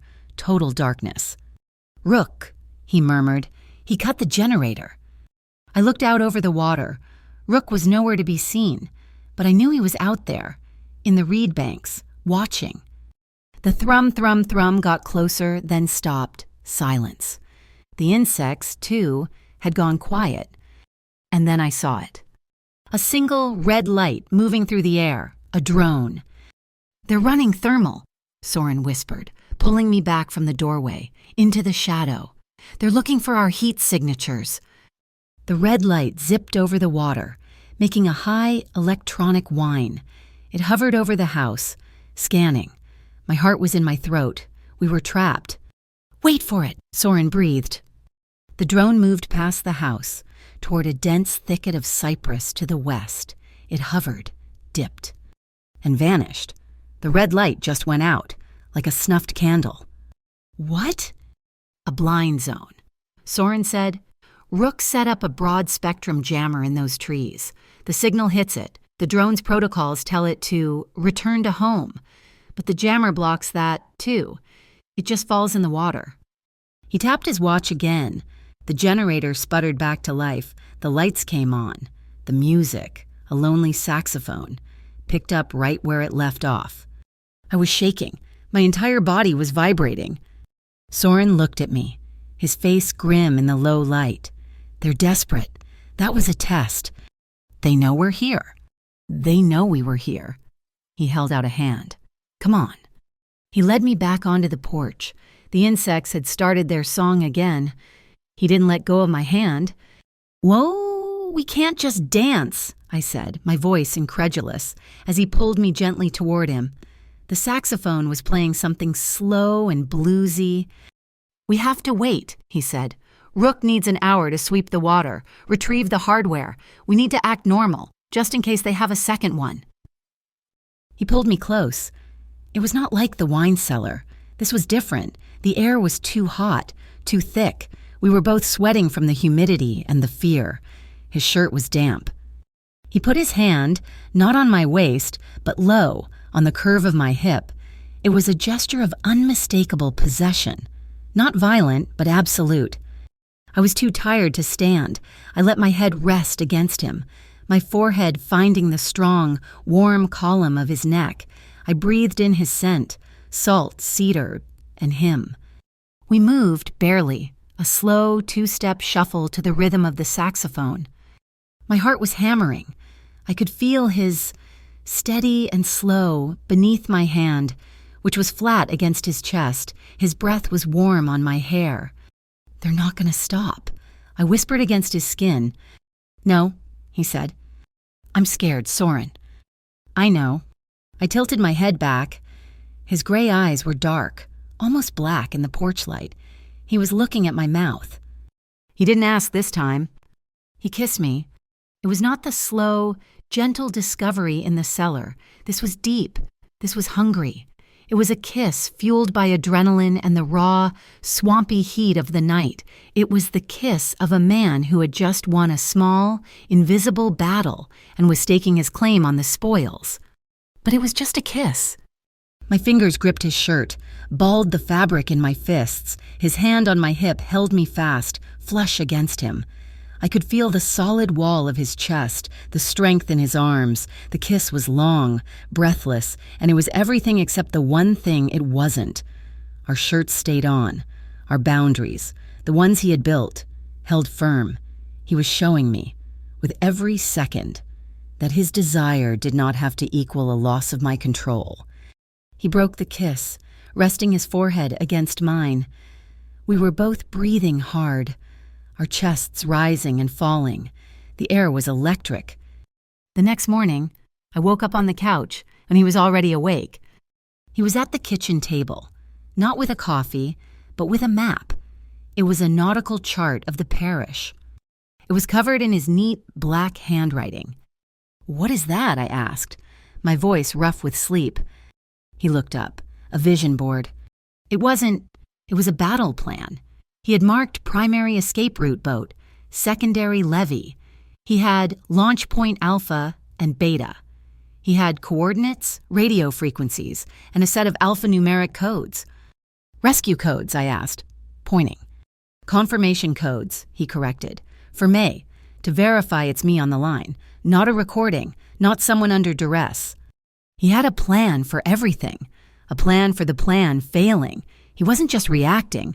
He wasn't just protecting. He was prepared. Brent's entire life was chaos, a series of fires he started and then ran from. Soren lived in a world of equal or greater chaos, but he met it with cold, relentless structure. Seeing that map, seeing the lines and codes, I felt something shift inside me. It wasn't love. It wasn't even affection. It was trust. It was a cold, Hard structural trust. He was a bowline knot. He would hold. His satellite phone buzzed. He checked it. "It's done," he said. "The consortium." "Brent?"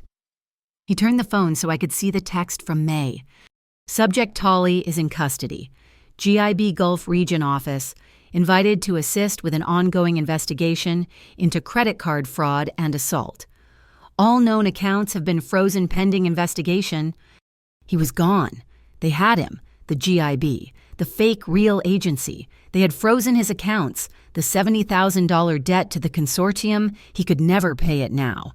The consortium would drop him. He was no longer a tool. He was just a liability. I waited for the rush of triumph. I waited to feel happy. I felt nothing, just tired. "I don't want revenge," I said, sitting down across from him. "I never did. I just want it to be quiet. I want to go to my classes and pay my rent. I just want peace." Soren looked up from his map of war, his eyes softening. He reached across the table, his hand covering mine. "Peace," he said, his voice a low, sad truth. "Peace is the rarest commodity in this city. Eliza, you can't earn it. You can't wish for it." He squeezed my hand. "But I will buy it for you, at any legal price." We came back from the Salt House on a Sunday morning. The piece Soren had promised the piece he had to buy felt thin, like a single layer of gauze over a deep wound. I felt the trust, the one forged from his battle maps and the steady beat of his heart on the porch. But it was a cold, structural trust. It didn't make the world outside any less sharp. I went back to work. Soren didn't want me to. "It's not safe. Eliza, May has confirmed Darla is compromised. It's the one place they can touch you. They're not going to make me a refugee in my own life," I argued, my voice tight. "I'm not going to hide in your warehouse while you handle things. I go to work. I go to class. That's the deal." He relented, but the cost was Rook. The black SUV was no longer a subtle presence down the street. It was parked, massive and unmoving, directly across from Laveau for every second of my shift, a fortress. Sunday night was the end of a brutal double. The restaurant had been full of tourists and football fans, all demanding, all needy. My feet were screaming. All I wanted was to cash out, go home, and fall into bed. But I couldn't. "Has anyone seen Darla?" I asked, walking into the back office. It was empty. The small metal safe under her desk was open. The tip jar, where we all pooled our credit card tips for the week, was empty. The small cash bag for the register was also gone. And on her desk, a single, folded piece of paper. My name was scrawled on it. I opened it. The handwriting was a frantic, looping mess. "Eliza, I'm so sorry. I didn't have a choice. They forced me. They knew about my cards. They paid them off. And then they just owned me. I'm sorry. Please forgive me." My heart didn't break. It just seized. That click of the door in the alley. It wasn't just fear. It was guilt. I pulled out my phone. My thumb went straight to Soren's number. "She's gone," I said, my voice flat. There was no emotion in it. "Darla. She ran. She cleaned out the safe and the tip jar." There was a heavy silence on the other end of the line, just his breathing. "Stay in the office," he commanded. His voice was cold. "Lock the door. Rook is coming in. May is checking something." I heard the beep as he hung up. Less than 30 seconds later, the back door of the restaurant opened and the solid, unmovable shadow of Rook filled the frame. He didn't say anything. He just stood there, blocking the only exit. My phone rang again. It was May. "It's not Darla," she said, no greeting. "What?" I looked at the note, still in my hand. The note she stole the money. "The note is a diversion." May's voice was sharp, impatient. "The theft is a misdirection. The consortium needed a reason for her to disappear. They let her go. She was just the scheduler. Eliza, she was low level. The real asset is still inside the building." My blood ran cold. Rook was blocking the door, but we were still inside. "Who?" I whispered, my eyes darting to the kitchen. "Remy," May said, "the sous chef." I almost dropped the phone. Remy, the one who was always whistling when I walked by the pass, the one who always made some slick, half-joking comment, the one who— "Oh, got it!" 2 days ago, I whispered. He found my hair tie by the grease traps. He said I'd dropped it. I'd been so grateful. I hadn't even thought— He didn't find it, May said, and I could hear the clack of her keyboard. He rigged it. We've had a ping on an unregistered tracker following you. We thought it was the SUV, a tail. It's not. It's on you. Right now. Check your hair tie. My hands were shaking. I ripped the black elastic band from my ponytail. My fingers, clumsy with panic, probed the thick fabric, and there it was. A tiny, cold plastic disc, the size of a quarter, skillfully stitched into the inner seam. An AirTag.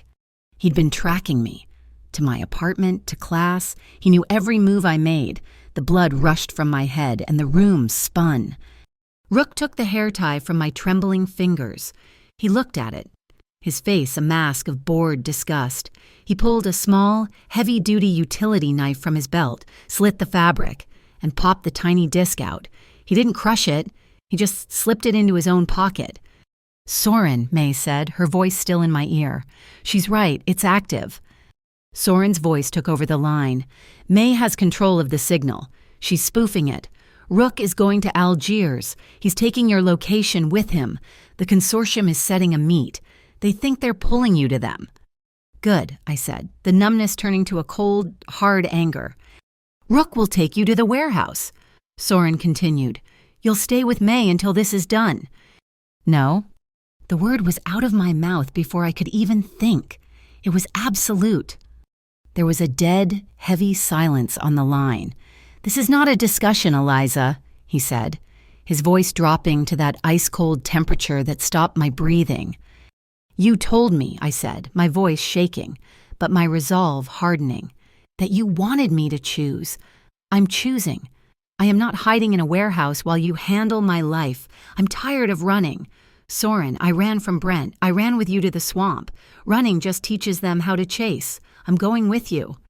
Absolutely not. It's a setup. It's hostile. And I'm the bait, I was almost shouting now. I am the reason. I am not going to be a package you keep safe. I am going to be the person who watches this end. I am going to Algiers.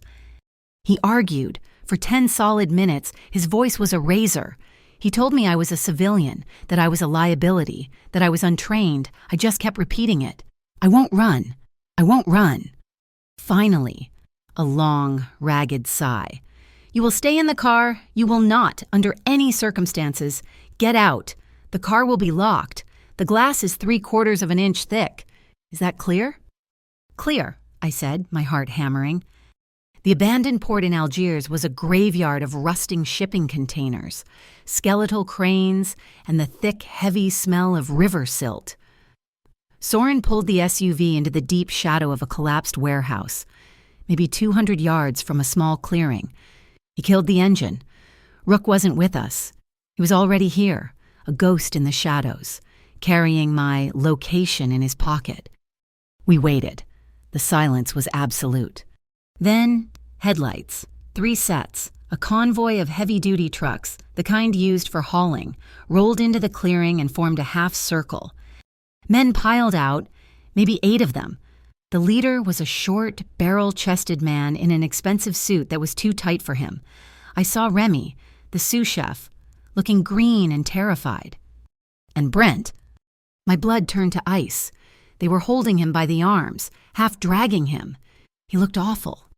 Pale, shaking, wearing the same clothes I'd last seen him in. He looked broken. They're trying to trade, Soren whispered, his knuckles white on the steering wheel. A directional microphone must have been planted by Rook. May's voice, clean and sterile, suddenly came through the car's Bluetooth speaker. It was the barrel-chested man, yelling, "A simple exchange, a gesture of goodwill. We give you back your girlfriend's pathetic ex-boyfriend. You wipe the seizure on our cargo, and we forget this whole misunderstanding." A slimy laugh. Of course, the man continued. If the girl doesn't show up, we can't guarantee Mr. Tolley's cooperation with the GIB, and we'd be very disappointed. We might just want to borrow her for a night. You understand? A psychological blow. Stay in the car, Soren ordered, his voice flat. He put his hand on the door. You're not armed, I said, stating the obvious. Paper is sharper than steel. He said, he got out. He walked into the glare of their headlights. His hands were empty, open at his sides. He wasn't wearing a jacket, just his shirt sleeves, rolled to the elbow. Looked like an accountant about to deliver a very bad audit. Evening, gentlemen. Soren's voice was calm, carrying in the damp air. I believe there's a misunderstanding about who is trading what. The barrel-chested boss laughed. You're the big boss. You brought paperwork. Soren was holding a single folded sheaf of papers. I did, he said. This is a bill for the seizure of your illegal, unsecured cargo which you abandoned. This is the fine from the EPA, which my company paid on your behalf to avoid a federal investigation. And this is the breach of contract lawsuit May filed an hour ago, citing the force majeure of your own incompetence. You're joking with maritime law, gentlemen, and the law doesn't have a sense of humor. Brent saw his opening. He saw Soren alone, and he saw his last desperate chance. He lunged away from his captors, his face a mask of terror and rage. He's lying, Brent shrieked, his voice cracking. He's the criminal. He planted that GIB badge. He's the one you want. He's the one who set you up. He pointed, not at Soren, but at the dark shadow of the SUV. He'd seen us. She's in there. Eliza, tell them what he did. I did what Soren told me not to do. I opened the door and got out. The world stopped. All 8 men. Soren, Brent, they all stared. The humid air was so thick I could barely breathe. Brent's face contorted in a mask of desperate, toxic triumph. Eliza, yes, tell them. I walked, my legs shaking, until I was just at the edge of the headlight beams. I could feel the heat from the engines. I looked at the barrel-chested man. I looked at Remy, who looked like he was going to be sick. Then I looked at Brent. He's right, I said. Soren went absolutely rigid. I could see the muscle in his jaw clench. Soren Marchesi did step in, I continued, my voice clear, not shaking. He stepped in because you put your hands on me. Brent, he stepped in because you are a liability. But you've got one thing wrong. I took a step toward him, into the full, harsh glare. I am not yours. I was never yours. I turned to the barrel-chested man, and I am not his, I said, gesturing to Soren. I'm not a soft asset for you to trade. I'm not a piece of leverage. I'm just the woman who's tired of all of you. Brent screamed. It was a wordless sound of pure, animal rage. He lunged at me. He never made it. Whump, whump, whump! Sirens, not one, a dozen. Lights, blinding, strobing blue and red, flashing from every direction, bouncing off the rusting containers. The graveyard lit up like a stadium. Tri-Parish Task Force, hands in the air on the ground, now. It wasn't just the one fake car, it was real. NOPD cruisers, state police, and 2 of the black and white task force cars the real partners May had activated. The consortium men froze. Half of them put their hands up, their faces a mask of disbelief. The other half ran, scattering into the darkness. Soren didn't move. He just watched, his hands still at his sides. The barrel-chested boss looked at the contracts in his hand. He looked at the police swarming his men. He looked at Soren, who hadn't flinched. He understood. This wasn't a bust. This was a negotiation, a hostile takeover, conducted with badges. He walked over to Soren, took the pen from Soren's shirt pocket, and signed the papers. I saw Rook then. He materialized from the shadows near Remy. He wasn't even looking at the boss. He was looking at the sous chef, who was trying to slip away in the confusion. And then the most amazing thing happened. One of the consortium's own men, the one who had been holding Brent, saw Remy trying to bolt. He tackled him, hard. This one, the goon shouted, pointing at Remy as a real cop ran over. It was his intel. He brought us here. He set us up.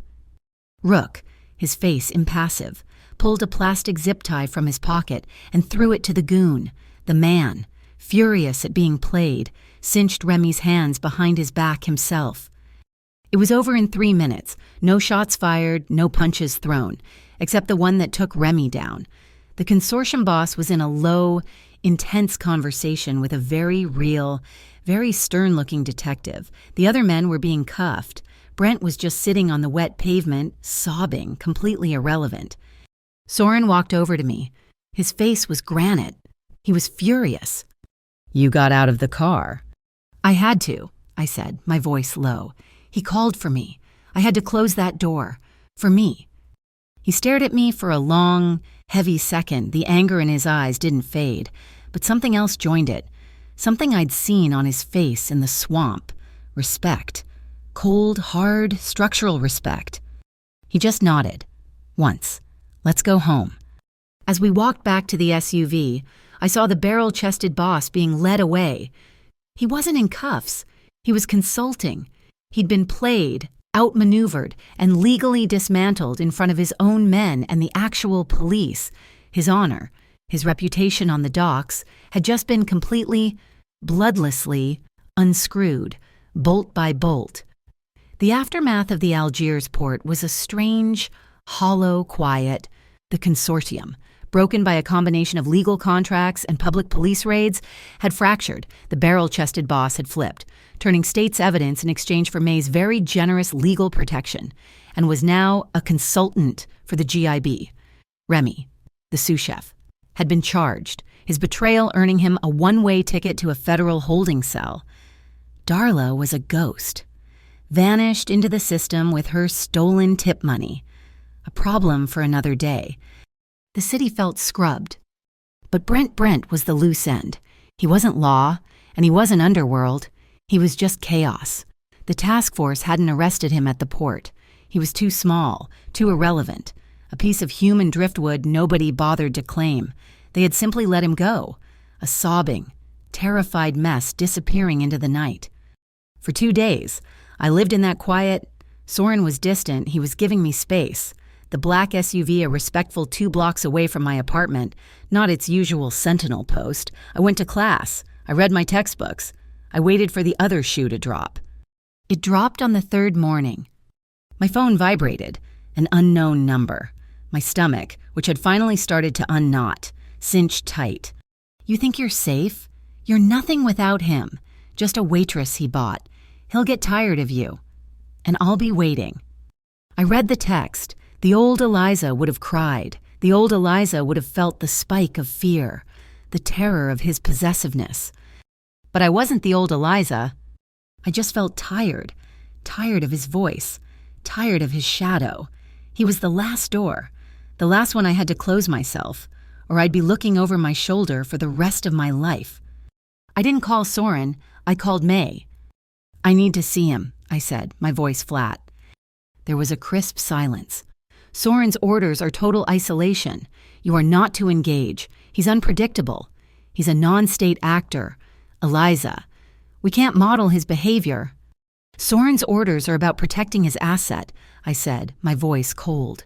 "This is about my life. I'm not asking for permission. I'm asking for tools. I'm not going to fight him. May. I'm going to file him." There was another pause. I heard a faint smile in her voice. "Filing. That's good. I can work with filing. Where?" "The Orpheon, the old theater on Rampart Street. He used to get cheap DJ sets there. Practice in the empty hall. He feels big there. He'll be there." "Give me 2 hours," May said. "And Eliza, don't go alone. That's not a request from Soren. That's a directive from legal." "I won't be alone," and I said, "I'll have you." We met at a coffee shop in the French Quarter. May slid a thick, heavy manila envelope across the table. It felt like it was full of bricks. "This is an exit package," May said, tapping the envelope. Her glasses were sharp, her gaze sharper. "You are the administrator of his severance. You are not his ex-girlfriend. You are not his victim. You are a representative of Harborline, offering a one-time, conditional separation." I opened it. My God. First, a pre-filled, notarized temporary protective order. Second, a glossy brochure for a 3-month minimum residential rehabilitation program in northern Louisiana. Third, a formal job offer. On Harborline Import Company. Letterhead. Warehouse logistics, 6 a.m. to 3 p.m. Hard labor. Fourth, a paper voucher for a 60-day stay at a clean, secure, single-residence housing unit downtown. "He doesn't get any of it," May said, her voice like ice, "until he signs this." She pulled out a single sheet of paper. It was thick, creamy cardstock, a mutual no-contact and liability agreement. It was dense with terrifying legal language, but it was the watermark that made my breath catch. It was the seal, the embossed, official, terrifying seal of the Gulf Integrity Bureau. "He signs," May said, "and he gets the package, a chance. A hard one, but a chance. He violates the agreement and the GIB's file on him becomes active. The charges from the port assault, aiding and abetting, resisting, they all materialize. It's his choice." I slid the papers back into the envelope. I was no longer shaking. I was an administrator. I walked out of the coffee shop. Soren's SUV was parked across the street, the engine idling. He got out as I approached. He wasn't angry. He just looked worried. The raw, human emotion was so stark on his usually controlled face that it almost broke my resolve. "May told me," he said, his voice low. "I have to do this, Soren, not you, not Rook, me." He held my gaze for a long time. I could see the war behind his eyes, the protector fighting the pragmatist. He's a cornered animal, Eliza. You don't know what he'll do. "Yes, I do," I said. "He'll posture, he'll yell, and then he will fold. He's a bully, and he's a coward. I know him." He nodded. Slowly. He accepted my assessment. He reached into his pocket and pulled out the small, quarter-sized panic button. He pressed it into my palm. "I won't be far," he said. "I'll be in the wings, in the back of the house. I will not move. I will not make a sound unless you press this button. But the second you do, I'm there." He was giving me the stage. He was trusting my choice. The Orpheon Theater was a cathedral of decay. Dust motes danced in the few beams of light that pierced the boarded-up windows. The velvet seats were torn, their stuffing spilling out like cotton entrails. It smelled of mold, dust, and old beer.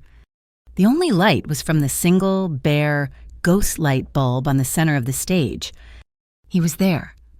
He was sitting on the edge of the stage, drinking from a bottle in a brown paper bag. He looked ravaged.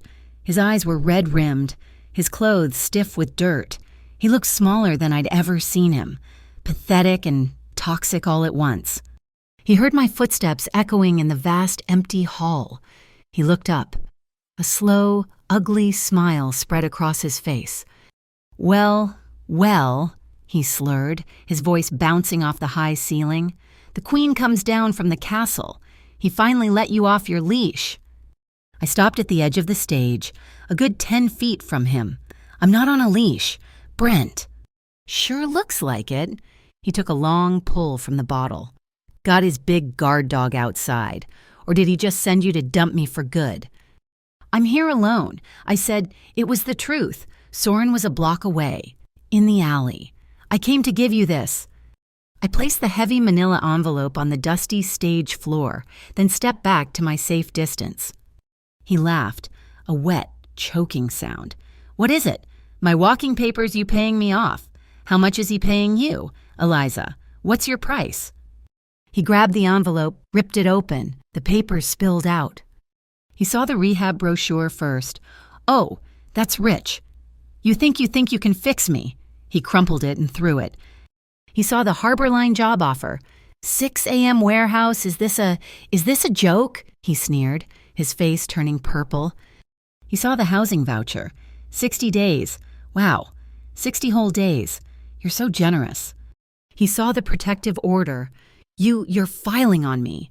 After what he did, I'm the one who needs protection. He was winding up, his rage building, his chest puffing up. He was about to lunge. He was about to throw it all in my face. And then he saw the last page, the agreement. He stopped. He picked it up, his trembling fingers tracing the paper. He saw the watermark, the embossed seal of the GIB. All the air went out of him. The bourbon, the rage, the self-pity, it all vanished, sucked into the vacuum of his terror. He was instantly, horrifyingly sober. He knew that seal. It was the seal on the badge Rook had given him. It was the name on the building they'd invited him to. It was the power that had frozen his accounts, and he must have realized the same power that had just released him, solely for this meeting. He was looking at the difference between a hard life and no life at all. That, I said, my voice steady, echoing in the huge, empty theater, is a choice. Brent, it's the last one I will ever be a part of. You sign that agreement and you get the package. You get a chance, a hard one, a real one. You get the job, you get the room, you get the help. I took a breath. You walk away from that table and you get nothing. May files the protective order. The GIB file on you becomes active and you are done. He looked at me, his eyes wide, searching my face for the old Eliza, the one who cried, the one who flinched, the one who would back down. She wasn't there. I was the administrator. I was the one with the paperwork. I am not yours, I said, my voice strong, not a tremor in it. I am not his trophy. I am not a soft asset for anyone to trade. I am done. This is the last door, Brent, the very, very last door I will ever open for you. He sank to his knees. He looked at the paper. He looked at the job offer. He looked at the voucher, a lifeline, a hard, cold, unforgiving lifeline. He fumbled in his pockets. He didn't have a pen. I pulled one from my purse. I slid it across the dusty stage. It stopped right in front of him. He crawled forward. He braced the thick paper on the dirty, splintered wood of the stage. He uncapped the pen, and with a shaky, pathetic scrawl, he signed his name. He pushed the paper back toward me. I stepped forward, took my copy, and left the severance package for him. May will file this by noon. The voucher code is active. The job starts Monday. Don't mess it up, Brent. I turned my back on him. I didn't run. I walked, my footsteps even and clear, up the long, dark aisle. I reached the back of the theater, in the deep shadows of the lobby. A hand found mine, strong, warm, and steady. Soren. He was standing in the alcove, by the ruined concession stand. He'd been there the whole time. His thumb, I saw, was resting on his own phone, ready to hit the call button for Rook. He hadn't interfered. He'd let me close my own door. He didn't say, "Are you okay?" He didn't say, "I'm proud of you." He just squeezed my hand. He stepped out onto the mezzanine, his presence filling the vast, dark space. He looked down at the small, broken figure of Brent, still kneeling on the stage. Soren's voice wasn't loud, but it filled the entire theater. It was the voice of a man who owned the air. "Mr. Tolley." Brent's head snapped up, his face a mask of pure, abject terror. "You just signed a legally binding contract," Soren continued, his voice cold and precise as a surgeon's blade. "You break the terms of that agreement, you come within 500 feet of her. You text her. You so much as type her name in a search bar, and every single door in this city will close to you, legally." Soren paused, letting the silence stretch, letting the weight of the GIB seal settle on him. "The Bureau will not be inviting you next time. Do you understand me?" Brent just nodded, a convulsive, spastic motion. Soren turned, his hand still holding mine. "Let's go." We walked out of the dark, moldy theater and into the bright, sharp, late afternoon sun. The city felt loud. Cars were honking. A brass band was playing somewhere on Bourbon. As we reached the SUV, I stopped. I looked at the signed paper in my hand. It wasn't a victory. It was an audit, a closing of the books, a final, definitive click. I finally let out the breath I felt like I'd been holding since that first night I saw him in the alley. It came out as a long, ragged, shuddering exhale. I wasn't crying. I wasn't happy. I was just breathing. The air was clean, and for the first time, It was mine. The morning after the Orpheon, the rain stopped. It was one of those New Orleans mornings that felt like a baptism. The air, scrubbed clean by the storm, was cool and sharp. The sky was a pale, clean blue. The wind off the river carried the scent of salt and wet jasmine.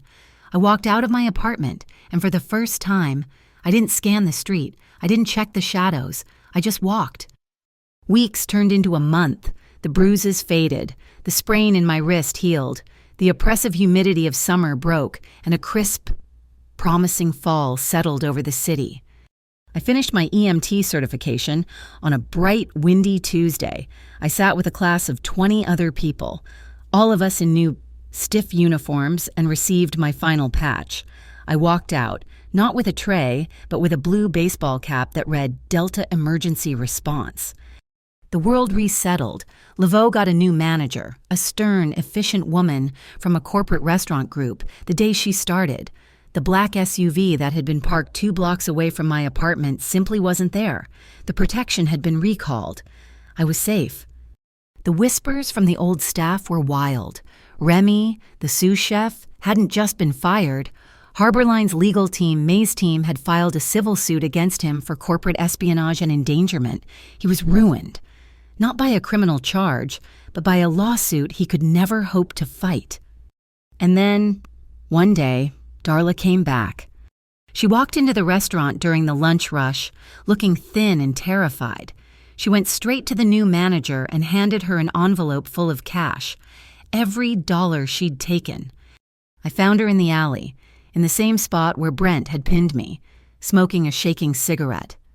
"May," she whispered, not looking at me. "That woman is lawyer. She found me. I thought I was done for." "What did she do?" "She paid off my debt," Darla said, her voice cracking. "The real debt, the one to the consortium. She just wiped it. And then she gave me a list of terms. I pay back the restaurant, I work a probationary period. And she's representing me. She's getting the old predatory loans renegotiated. She's fixing it. Soren wasn't just cleaning house. He was rebuilding it." I saw him less. He was busy. The rumors on the docks were that Harborline Import Company was going completely legit. Soren was dissolving the dark storage, the gray market side of the business his father had run. He was pouring millions into automated logistics, transparent customs tracking, and new, above-board contracts. And May, I heard, had a new title. No longer a legal aid. She was Harborline's new director of corporate compliance. "We played the law," she told me, the one time I saw her at the warehouse. "Because it's the only way to live with the law. It's just a better, more stable business model." She was, I realized, the most dangerous person I'd ever met. One night, a Friday, he called, "Walk with me."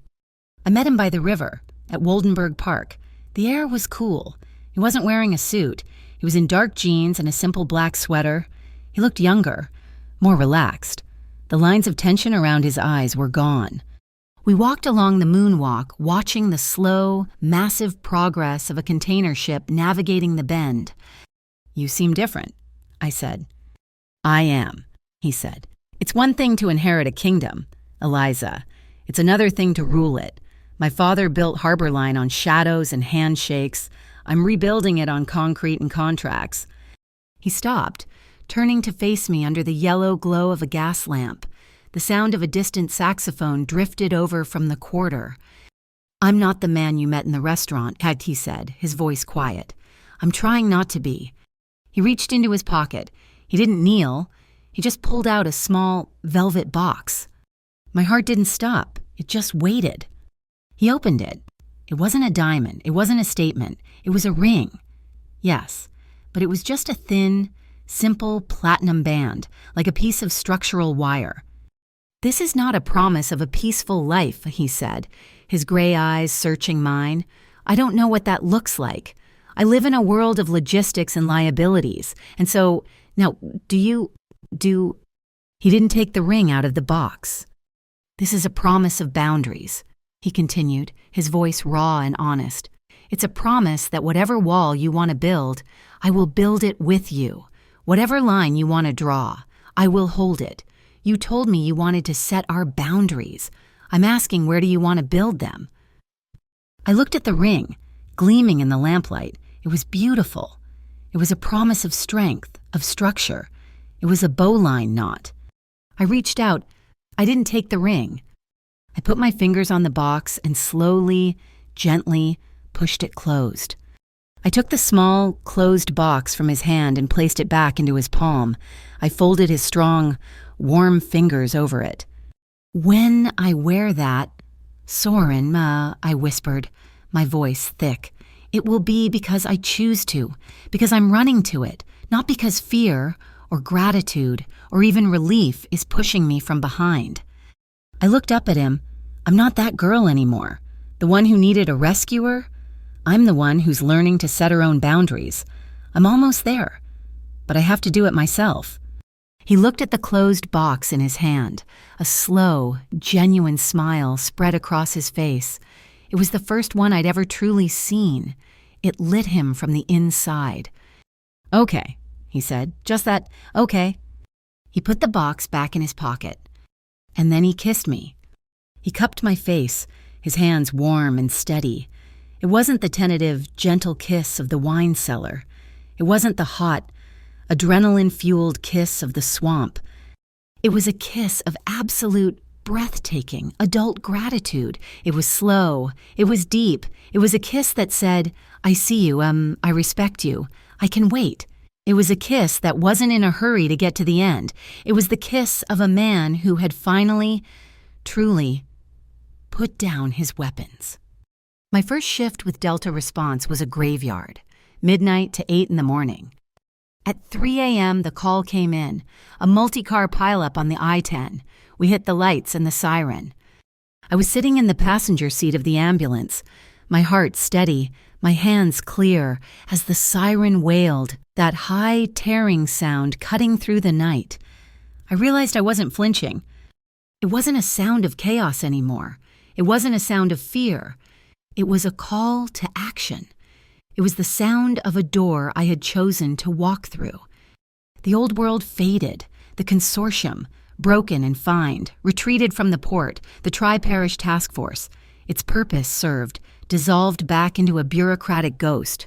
The rumors of the GIB remained just that, a whisper on the docks, a story to scare rookies. Brent, he just disappeared. His feed went dark. His number was disconnected. Once, I heard a rumor from a dock worker who came into Laveau, said he'd seen him, bussing tables at a fisherman's dive bar, way out in western Louisiana, said he looked clean, quiet. The door was closed. I didn't even have the key anymore. That night, my last night at Laveau, I'd finally saved enough to just be an EMT. Soren came in. It was late, just before closing. He was alone, no rook, no driver. He just walked in, like a normal person. He sat at the bar. You're not working, he observed.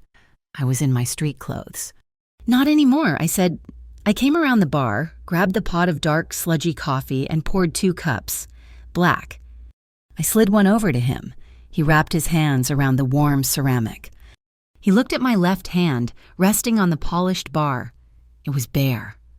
Is it time to wear it yet? He asked, his voice soft. I smiled, a real slow smile. I put my hand over his, over the warm mug. Almost, and then I said, I start my full-time rotation tomorrow. I need to be just me. Let me do this. Let me set this last boundary. For us. He nodded, turning his hand over to lace his fingers with mine. Okay, he said. He paid for the coffee, and we left. We walked, hand in hand, down the quiet, rain-washed streets toward the river. A lone saxophone was playing St. James Infirmary, the notes hanging, blue and mournful and beautiful, in the night air. It wasn't a fairy tale. It wasn't a rescue. Love, I was learning, didn't save you with a magic spell. It was built, slowly, day by day, with discipline, with courage, and with the strength to know which doors finally needed to be closed. Thank you so much for listening to our story. Where in the world are you listening from? Let us know in the comments below. We'd love to connect with you. Please If you enjoyed this, be sure to subscribe to our channel, Mafia Boss Stories, and like this video. It helps us a lot. And for extra support, hit that hype button to help this story be heard by more people.